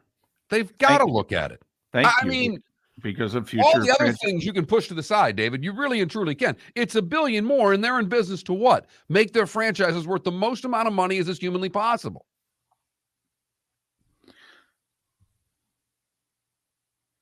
Now, there's already been a few articles written going, I don't see where he's got the money. There's got to be a couple other companies or whatever involved here. Leitner doesn't have that kind of money either if he's in on it. So, and there have been deals in the past in all the other sports in which somebody makes a bid in which it gets vetted. They go, yeah, this ain't. I mean, Trump, when he tried to buy the Bills, whoever it was that was handling that basically said, Donald, I don't think you have as much money as you say you do on paper. Not quite sure we can vet this. Now, he ended up not submitting the highest bid anyway. The Bagulas did, but you get the idea. So, yeah, that got thrown out there yesterday.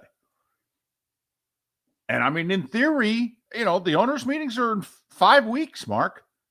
Yeah, this thing has come to a head then. I mean, you and I could submit a bid if we could get it, signed, sealed, and delivered. Well, let me send out a couple of texts.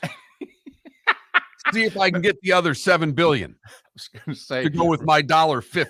Right. Remember, it's $1 billion. Right. Right. Mm-hmm. So now most people are skeptical that he's got this kind of money. So they're not quite sure where it came from or where it's coming from. But he did say, Mark, listen, no, it's cash. It's just $1 million today. I need a week. Couple dump trucks, you can only drive about 15 miles an hour. It's going to take a while for me to get the rest to you. I want to spend time with any human that says they can come up with $6 billion in a week. In a week, cash. I'd like really do. I just want to follow them around and see what the phone calls they make, how they execute something like this. How many briefcases is $7 billion cash? Man, oh man. A lot, David. I was going to say. I think your dump truck theory had a lot more validity to it than the briefcase theory. Multiple dump trucks. Yes. Multiple. Well, you got to keep them in briefcase because otherwise the wind, they'll blow all over the place. I'm thinking, what is it, Die Hard 2, where they have the dump trucks full of gold? Right. Well, they're heavy. That's what I'm thinking right here. Plus you can never trust with the dump trucks, like when they had the stone and the sand in them, but they got, basically the glorified sheet they put over it, kind of like this is going to keep all the sand and stone in the dump truck, and you're driving behind it, and you're like, no, it's all over my car. And I was corrected. That's Die Hard 3. I apologize for not having my Die Hard movies correct. Die Hard 2 was the Washington airport. Bingo. Well done. Yeah, it's my bad. Hops points out in our Twitch chat room that $1 billion in $100 bills weighs 22,000 pounds. That seems like a lot. So 150,000 pounds. That's all we have to transport, Mark. Cash. Done deal. I'll take the wire transfer. So worth mentioning, it may be Bubkus, but remember, he wanted 7. And now he's got someone who says they can pay 7 in a week. So I think you vet this a little bit more. Miller and Moulton, the good, the bad, and the ugly. Today was a day when what's on tap, all still ahead as we wrap things up on a Monday. Miller and Moulton, the Florida Sports Network. David Moulton for Napa Auto Parts, and Napa Filters. Insist on Napa filters for your vehicles, or if you're a do-it-yourselfer, only buy Napa filters. Napa has a filter for almost anything on earth that moves, whether it's motorcycles, foreign and domestic cars, vans, SUVs, earth-moving equipment. You get the idea. Napa Auto Parts, Napa filters. Insist on them for your vehicles, or if you're do-it-yourselfer, only buy Napa filters. Mark Miller for SWFL Golf Carts, or online, flgolfcarts.com. If you're looking for a golf cart, an e-bike, or an e-motorcycle, go visit Alex and the gang at SWFL Golf Carts. flgolfcarts.com online. Check out their whole inventory. If you're looking for a custom cart, they can take care of you. 2-seater, 4-seater, 6-seater, they've got you covered. E-bikes, nobody better for value and service. E-motorcycles, check them out. Again, flgolfcarts.com. flgolfcarts.com. Located on the East Trail, locally owned Naples Tiki Bar and Grill is an outdoor eatery next to the Hitching Post Shopping Center. Island-inspired food with a true tiki theme. The best place in Naples to enjoy the beautiful weather in Southwest Florida. The Naples Tiki Bar and Grill offers a great menu for dine-in or takeout. Enjoy our famous pulled pork, huge burgers, and tiki bar cocktails. Don't miss happy hour every day from 3 to 6, and live music 7 days a week. See you soon at the Naples Tiki Bar and Grill, 11498 Tamiami Trail East. The waterways of Naples are a beauty to behold, and the Bayfront Inn has multiple ways for guests to enjoy the water and have some fun. Gather your family and friends and enjoy a leisurely day on the water with a pontoon or deck boat. If you prefer to explore the waterways without a motor, the Bayfront has canoes, standboards, and kayaks. At the end of your journey, enjoy lunch or dinner at the Bamboo Tropical Bar and Grill. The Bayfront Inn. Something for everyone. On 5th Avenue in Naples. You were listening to Miller and Moulton on the Florida Sports Network.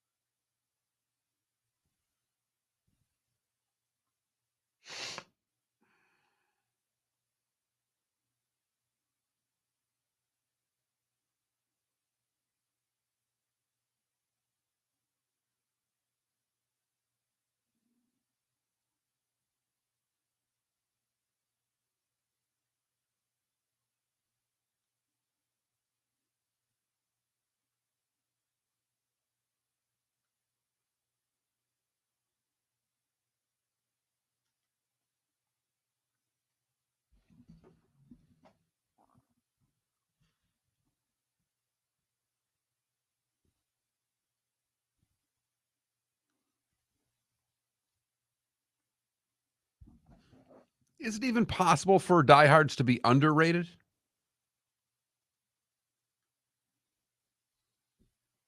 I mean, underrated. Die Hard 2? I thought 3 was better than 2. Yeah, I didn't like 2. Oh, I love them all. I thought it was hokey. It's Die Hard. But I mean, just so you could see it coming from an hour away. Where's the Colts' first pick again? The Colts are fourth. Fourth, yeah.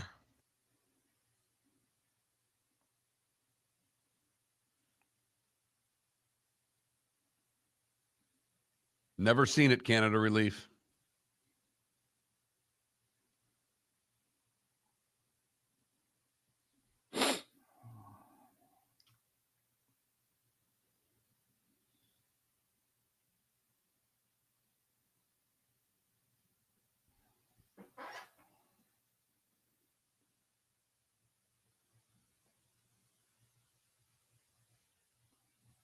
SpaceX launch was just canceled. Oh, really? That's what I'm seeing. I guess. That rocket is massive.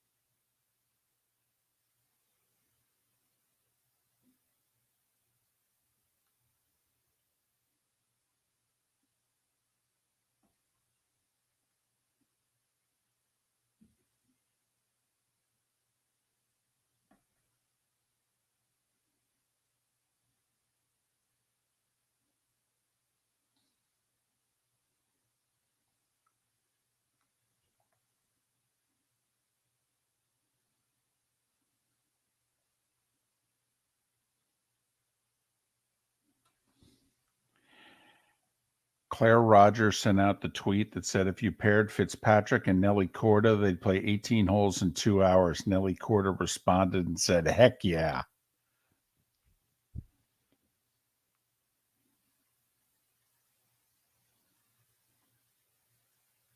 Here we go.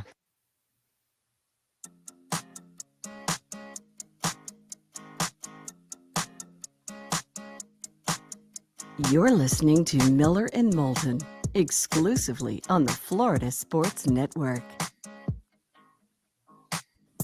21 minutes past the hour. Miller and Moulton, Florida Sports Network, floridasportsnetwork.com. Great day in Boston. You got the marathon that starts, less than an hour? Isn't that like 10 a.m.? Yeah. The Red Sox play at 11. Trying to think who the Red Sox have tonight. Okay. They finishing up the 4-gamer with the Angels? Yeah. Ohtani pitching at 11 a.m. Ohtani at 11 a.m. Huh? And then you go to the pub, have a few, maybe have an early dinner, and then head over to TD Gardens there, or whatever the heck they call these arenas now. I'm still behind the times, I think. Oh, you got it. TD Garden. Oh, I'm good on that one? Okay, yeah. Great. And Bruins and Panthers, baby. Okay, you have a lot of New England sports fans in your life, correct? Yeah. Decent amount. Okay. Next time you see them, and I'm guessing you're going to play golf this week, and a few of them will be in and around you on the golf course. Playing with one tomorrow. There you go. You look right at them and say, Celtics and Bruins, only one of them can win the title. Which one would you prefer? Not who you're picking. Okay? You can only get one. Celtics or Bruins. I think the group I hang with would all go Bruins because they're hockey guys. Okay. That would be my guess, but I don't know, and I will find out for you. And the reason I ask is for as good as those franchises have been for long periods of time, the Celtics have won championship in the last 35 years. And the Bruins have won championship in the last 50. I mean, the Bruins, 2011. They lost the finals in 13, lost the finals in 19. And I also think with the historic season, I think the Boston sports fan wants to see this Bruin team finish the deal. But they lost the finals in 88 and 90. Cam Neely got hurt in the 92 playoffs when they were probably the best team in hockey. And then Pittsburgh overtook them. I mean, you know, the Bruins, they've been good. The Bruins hardly ever miss the playoffs. But they've danced with Lord Stanley since Bobby Orr once. Since Bobby Orr in 72, they've danced with Lord Stanley once. And since Larry Bird and the Celtics won their third of 6 titles, or 6 years, 81, 84, 86. Since 86, the Celtics have how many banners? 1. 08. And I didn't even need to go see them at the golf course because you solicited texts from my Northeast Boston friends, and they are filing in one after another on my phone of one Boston Bruins comment after another. Okay. Well, thank you for your participation. All right. Just one of those, you know, I mean, if you're lucky enough as a sports fan, you get a spring or a summer where both your basketball and your hockey teams are really good. You know, I had that in 94. Both the Knicks and the Rangers made it to the finals. And I had a lot of that in the late 80s when the Wings were just starting to turn the corner. Still had to deal. Couldn't get past Edmonton. Right. But they could get out of the Norris. Correct. And get far enough to get beat by a really good team. In the Campbell Conference Final. Correct. You guys could get to Edmonton.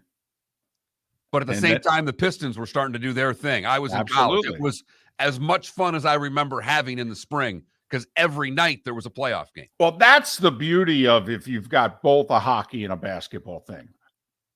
You know, because then you can literally every night you got one. Ah, man. You know, yeah, my Panthers lost last night, but yeah, I got the Heat tonight. You know, that sort of deal. And it's 2 months.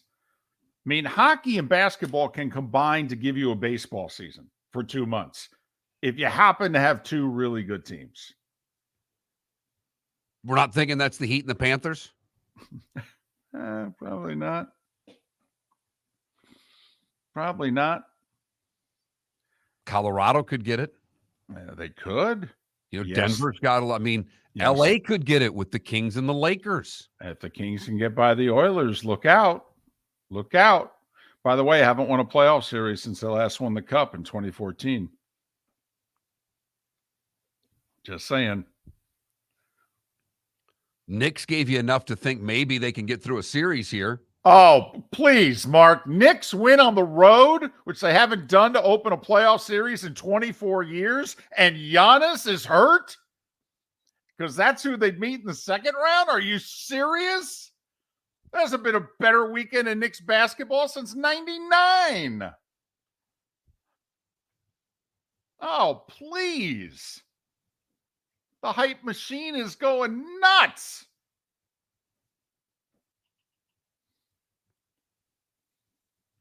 So there are a few of those cities out there that have the potential to deliver to their fan bases. Now, I will say, if I was a big-time Boston sports fan, I would pick Bruins for this reason. My team's old. My best players are all in their 30s. In fact, I could argue my best players are in their mid to upper 30s. I don't know how many more times I'm going to have the opportunity with these 2-3 guys whose jerseys are going into the Raptors. This could be our last best shot. And they've gone to 3 Stanley Cup finals. And won it once. This could be it. Meanwhile, you're looking at Boston and you're like, hell, we can run this thing back next year. I mean, if we don't trade Jalen, we got 2 more years of these two together. Well, hell, we'll be fine. And think about the Celts offseason with the coaching deal and all that stuff that just seems like it's nothing now. Nothing. Hell, they moved on from him. They gave the other guy an extension. All good. Yep. But that's all. Once again, if you could only get one, there's the sports gods calling you up in the middle of the night or this afternoon. You're sitting at the pub in Beantown. The marathon, Ohtani and the Red Sox has happened. You're going to have a little food and drink before you go over to watch the Bruins. And the sports god taps you on the shoulder and go, listen, I'm going to give you a parade. 2 teams playing the same arena. You're going to get 1 parade, but you're not going to get 2. I'm telling you, I know how this works. So which parade you want? 7:30 tonight, Bruins and Panthers, game 1 of their series. Can the Panthers, do they have anything for Boston? They split the season series. Boston won one of the games in overtime, so Boston's technically 2-1 and lost one of the games in overtime, I should say. Boston technically 2-1-1 against the Panthers. There are rumors about a flu going around the Bruins. There are rumors that one of their big 3 is not playing tonight. Remember, Krejci didn't play the last 2 weeks of the season. Could this be a Heat-Bucks scenario from yesterday? Which all of a sudden the Heat are playing a banged-up team? And I listen, you talk all this about Boston. All I'm thinking about is, can the Lightning win game 1 tomorrow and put the Leafs in a corner? That's all I'll be thinking about. I'll be watching Bruins-Panthers going, can the Lightning just win game 1? And have an entire nation in the fetal position in the corner. Sucking on their collective thumbs. Yes. And I think you and I are both picking Toronto to win, but we both desperately want Tampa to win game 1. Oh, I want Tampa to win the series. Badly. You just like pain. Well, and I like the Lightning. I've always liked them. I've had a soft spot for that team from the get-go. I worked in their organization, David. So, hey, go Bolts. Miller and Moulton here for the Clutch Vodka Play of the Day. Mark, remember Nick Charles, Fred Hickman, the CNN Play of the Day? Yeah, CNN did a nightly sports show. That was a while ago. Yes, it was. Just work with me. Everyone liked the pod, the Play of the Day. So how about we have the Clutch Vodka Play of the Day? Sounds good. Fun. Smooth. Like Clutch Vodka. Listen weekday mornings for the Clutch Vodka Play of the Day. That's Clutch with a K. Located on the East Trail, locally owned Naples Tiki Bar and Grill is an outdoor eatery next to the Hitching Post Shopping Center. Island-inspired food with a true tiki theme. The best place in Naples to enjoy the beautiful weather in Southwest Florida. The Naples Tiki Bar and Grill offers a great menu for dine-in or takeout. Enjoy our famous pulled pork, huge burgers, and tiki bar cocktails. Don't miss happy hour every day from 3 to 6 and live music 7 days a week. See you soon at the Naples Tiki Bar and Grill, 11498 Tamiami Trail East. Mark Miller for SWFL Golf Carts or online, flgolfcarts.com. If you're looking for a golf cart, an e-bike, or an e-motorcycle, go visit Alex and the gang at SWFL Golf Carts, flgolfcarts.com online. Check out their whole inventory. If you're looking for a custom cart, they can take care of you. 2-seater, 4-seater, 6-seater, they've got you covered. E-bikes, nobody better for value and service. E-motorcycles, check them out. Again, flgolfcarts.com. flgolfcarts.com. The waterways of Naples are a beauty to behold, and the Bayfront Inn has multiple ways for guests to enjoy the water and have some fun. Gather your family and friends and enjoy a leisurely day on the water with a pontoon or deck boat. If you prefer to explore the waterways without a motor, the bayfront has canoes, standboards, and kayaks. At the end of your journey, enjoy lunch or dinner at the Bamboo Tropical Bar and Grill, the Bayfront Inn. Something for everyone. On 5th Avenue in Naples. You are listening to Miller and Moulton on the Florida Sports Network.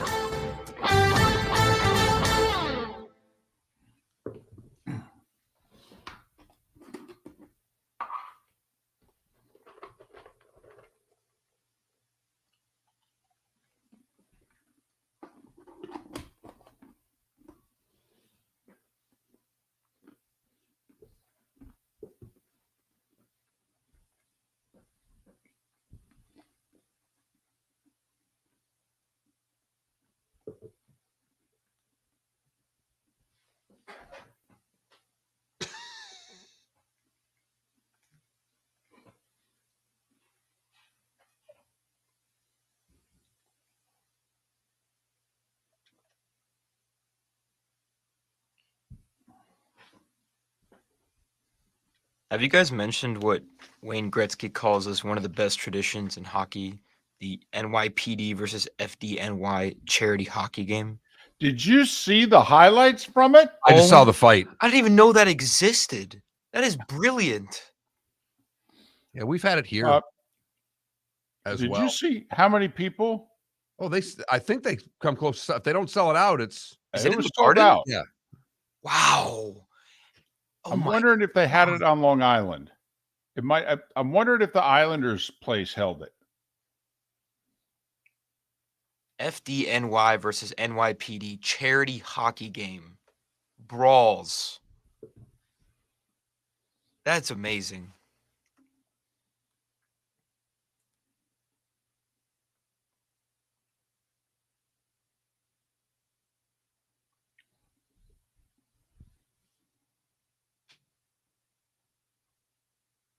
When the Stanley Cup playoffs begin on ESPN, anything is possible. Could the freak flag fly? Could a city get a new landmark? Yeah, that could happen. That is playoff hockey. Begins tonight on ESPN. We're all gathered here to celebrate the first ever electric Chevy Silverado. It's a Chevy. It's a Silverado. It's electric. It's badass. Chevy Silverado EV. Barstool's most valuable truck.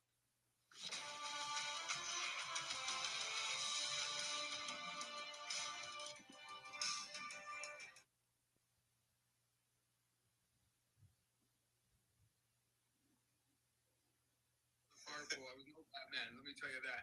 But I will say this: we were fortunate enough, Janet.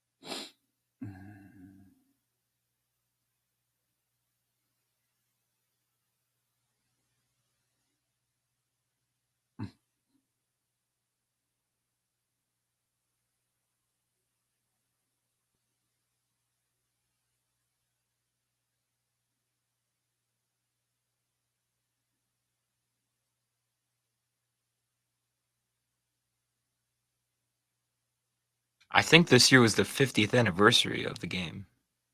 49th. Or 49th.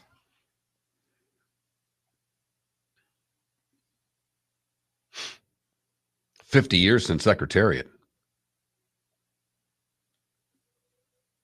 The Woodford Reserve Kentucky Derby bottle has Secretariat on it this year.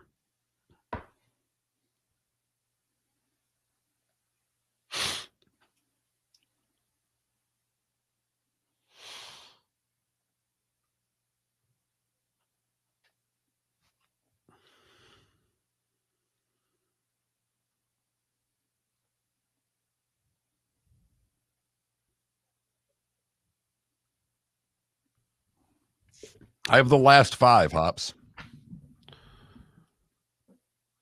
And I don't even drink them.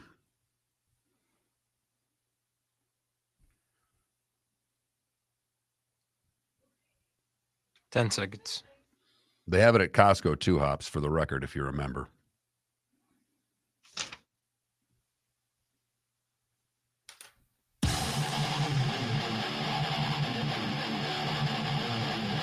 You're listening to Miller and Moulton, exclusively on the Florida Sports Network. 22 minutes till the top of the hour, 16 until we're out of here. Miller and Moulton, Florida Sports Network, floridasportsnetwork.com. By the way, I mean, we've been talking about this series, that series, and what have you. You have an upset?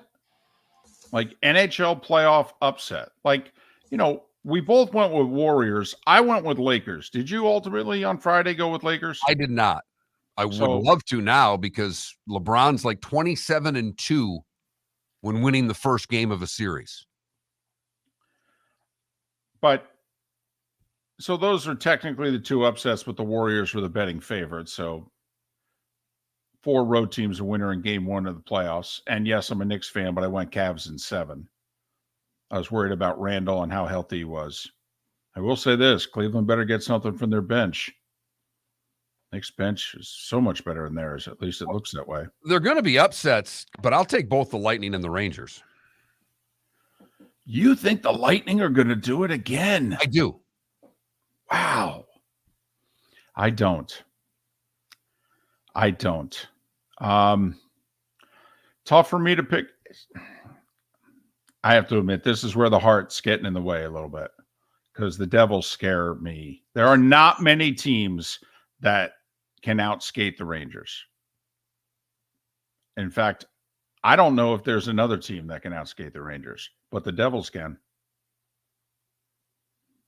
Just don't trust the lack of playoff experience for the Devils. They're a lot like Carolina to me. They're a really good team. They skate really well. I want to see them do it in the postseason. I really like the Devils, and not because of you. I'm probably pulling for the Devils because I like their style. I love the way that they play hockey. I just think this Ranger team ultimately a little bit more playoff experience, a little better goaltender, and I'll take the Rangers. If I had to pick an upset, believe it or not, I'd pick the Islanders over Carolina. They did not finish the season well. I know they beat the Panthers the last game, but I don't know. I am not feeling it with this year's Carolina team. Just not. And out west, I'm not buying Minnesota over Dallas. Most everybody is. You know, Colorado ended up winning the division. They get Seattle. And I'll go with Colorado, obviously. Minnesota's got the best shot. I'll tell you what, if I was going to pick an upset out west, I'd pick Winnipeg taking down Vegas. They play similar styles, and a lot of 2-1, 3-2 type games in that series. And Winnipeg's goalie, when he's on, is one of the 3 best in the league. It's time for someone to take back this segment, if for no other reason than to stop David from talking about Meghan and Harry. Here's Mark Miller with Today Was the Day When. There's not much today. So if I'm missing something, David, you're going to have to really help me out here. But 1492 is when we start because Columbus signs a contract with the Spanish monarchs to find the Indies with the stated goal of converting people to Catholicism. Then they promise him 10% of all riches found and the governorship of any lands encountered. I don't think he got that. 1860, in what was acknowledged as the first world title bout, Englishman Tom Sayers and American John Heenan fight out a 2-hour, 27-minute draw. 42 rounds. Draw? To a draw, police stopped the fight. Well, I'll tell you what, the police probably had to get involved because I can't imagine any guy at that point is going to stop. No. 1947, Jackie Robinson bunts for his first major league hit. Mickey Mantle gets his first hit today. He goes 1 for 4 for the Yankees in 51. Shea Stadium opened today as the Mets lose to the Pirates in 64. In 97, Martin Brodeur becomes the second NHL goalie to score in a playoff game. Today in 1999, with the first pick, the Cleveland Browns select Tim Couch. And in 2011, Game of Thrones premiered on HBO. Those celebrating birthdays that are no longer with us, Alexander Cartwright, inventor of modern baseball, born today, as was J.P. Morgan, Harry Reasoner, Don Kirshner, Born Solomon, and Roddy Piper. Those celebrating birthdays today. First fictional, Daffy Duck's 86. Bruce McNall and Kevin Porter are 73. Boomer Esiason is 62. Ken Danico is 59. Jennifer Garner and Tony Baselli are each 51. Theo Ratliff is 50, and Victoria Beckham is 49. What did I miss? Little this, little that. Benjamin Franklin died on this day in 1790. Little footnote. Bay of Pigs began today in 61. The Ford Mustang debuted at the World's Fair on this date in 64 in New York. And 1970, Houston, we have a problem. Apollo 13 returned to Earth. So, speaking of space, the SpaceX rocket was canceled today, for what it's worth. That might be on next year's.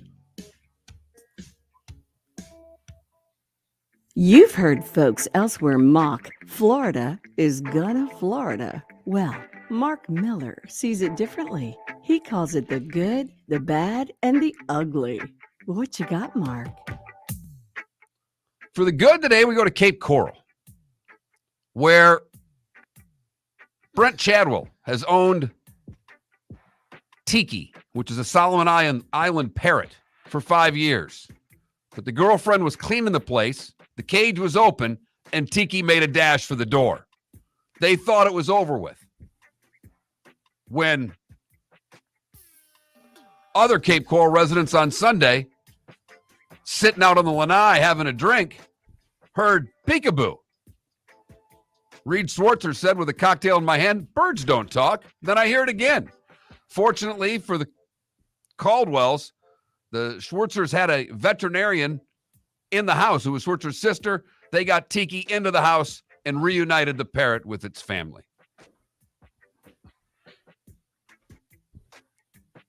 For the bad, we go to Fort Myers, where what could have been a really ugly incident turns out to be okay. A 2,000-pound draft horse fell out of a trailer onto I-75 on Saturday.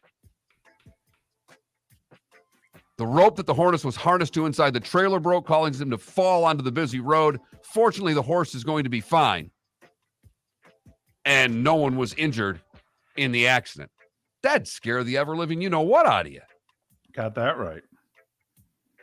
I'm always that way anytime I'm around a car hauler, which I'm happy to report they are all over Southwest Florida, taking our halftime residents back north. But I always worry about those car haulers. Anytime I'm around one of those car haulers, I just freak me out. Finally, the ugly, we go to Volusia County, where a 73-year-old man was attacked while sleeping outside of a Bank of America. He woke up with a man attacking him with a knife. He was able to fight off the man and call 911. Canines were put out and finally tracked down 54-year-old David Vasquez, who has a litany of arrests in his life. He is now looking for number 37 on his felony rap sheet. Man. That's right, 37. He had 36 felony arrests. He denied being part of the attack, even though police found jeans that were all bloody, a jacket that was all bloody, and a ski mask, along with several knives. And that is the good, the bad, and the ugly on today, April the 17th, 2023. And he's in his early 50s. I mean, man, what's the felony over-under count that we're going to get to here? Could we put this guy away for a little time, please? ESPN and ESPN2 are your networks of choice tonight. That's, of course, unless they're blacked out and you got to go to Bally's Sports. But Panthers and Bruins get the mothership. They get the 4-letter network at 7:30. So ESPN's going to show you the Bruins and then Connor McDavid at 10, Oilers Kings.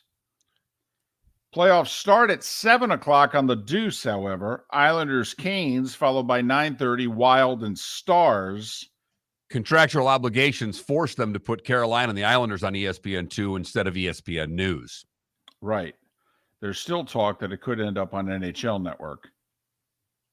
But first things first. So ESPN, ESPN2, that's if you don't have to turn to Bally Sports. But with, Marlins and Lightning or Marlins and Rays, that could be hard. NBA tonight, TNT's your network, doubleheader, just 2 games. Nets Sixers early, Nets 10-point dogs, and they got whacked in game 1. Whacked.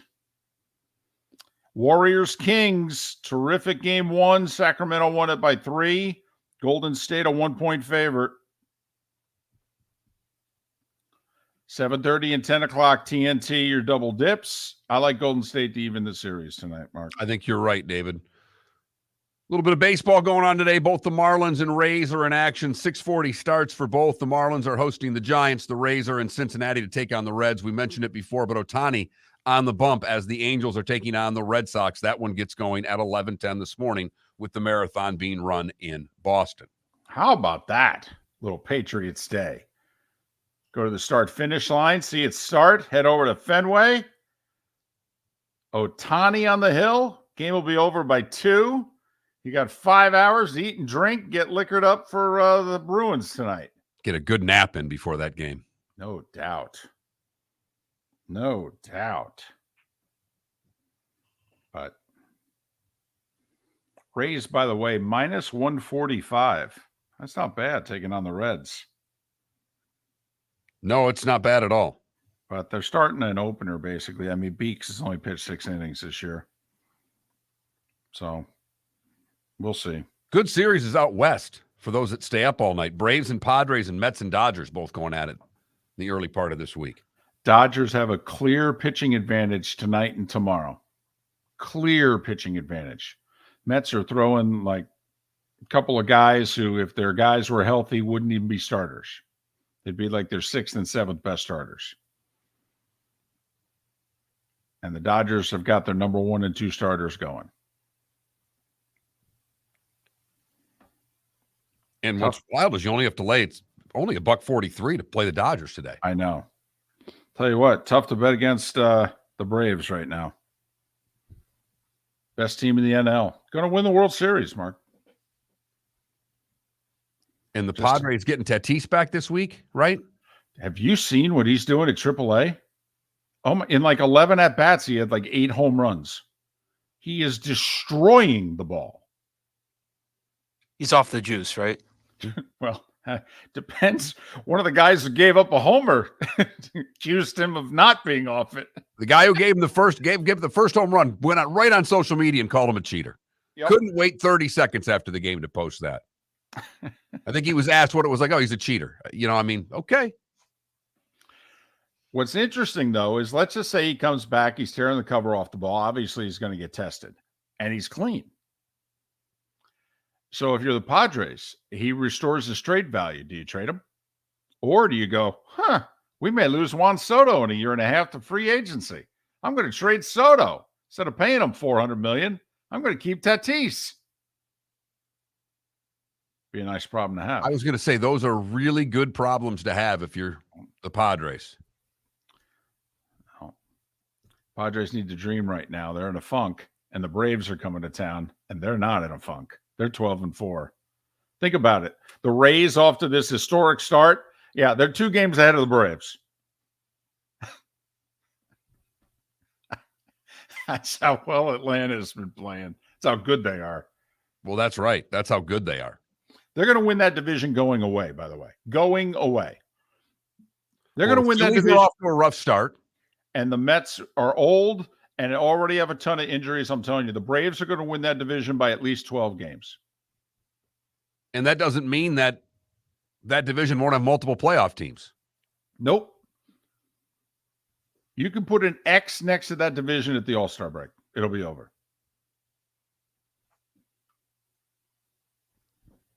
Miller and Moulton. If you miss any of the show, go to the usual places to download the podcast. As we had a pretty good little show today with Surya Fernandez, talking Heat, David Dwork talking Panthers, and Andrew Moore talking the draft with the Colts. Tomorrow, David Sampson and Pat Kerwin will join us on the show. And we will preview the Lightning Leaf series as well. I'm picking the Leafs. I'm telling you, I'm picking the Leafs. In fact, they may have a parade in their future. I know. Miller and Moulton, Florida Sports Network. David Moulton for Napa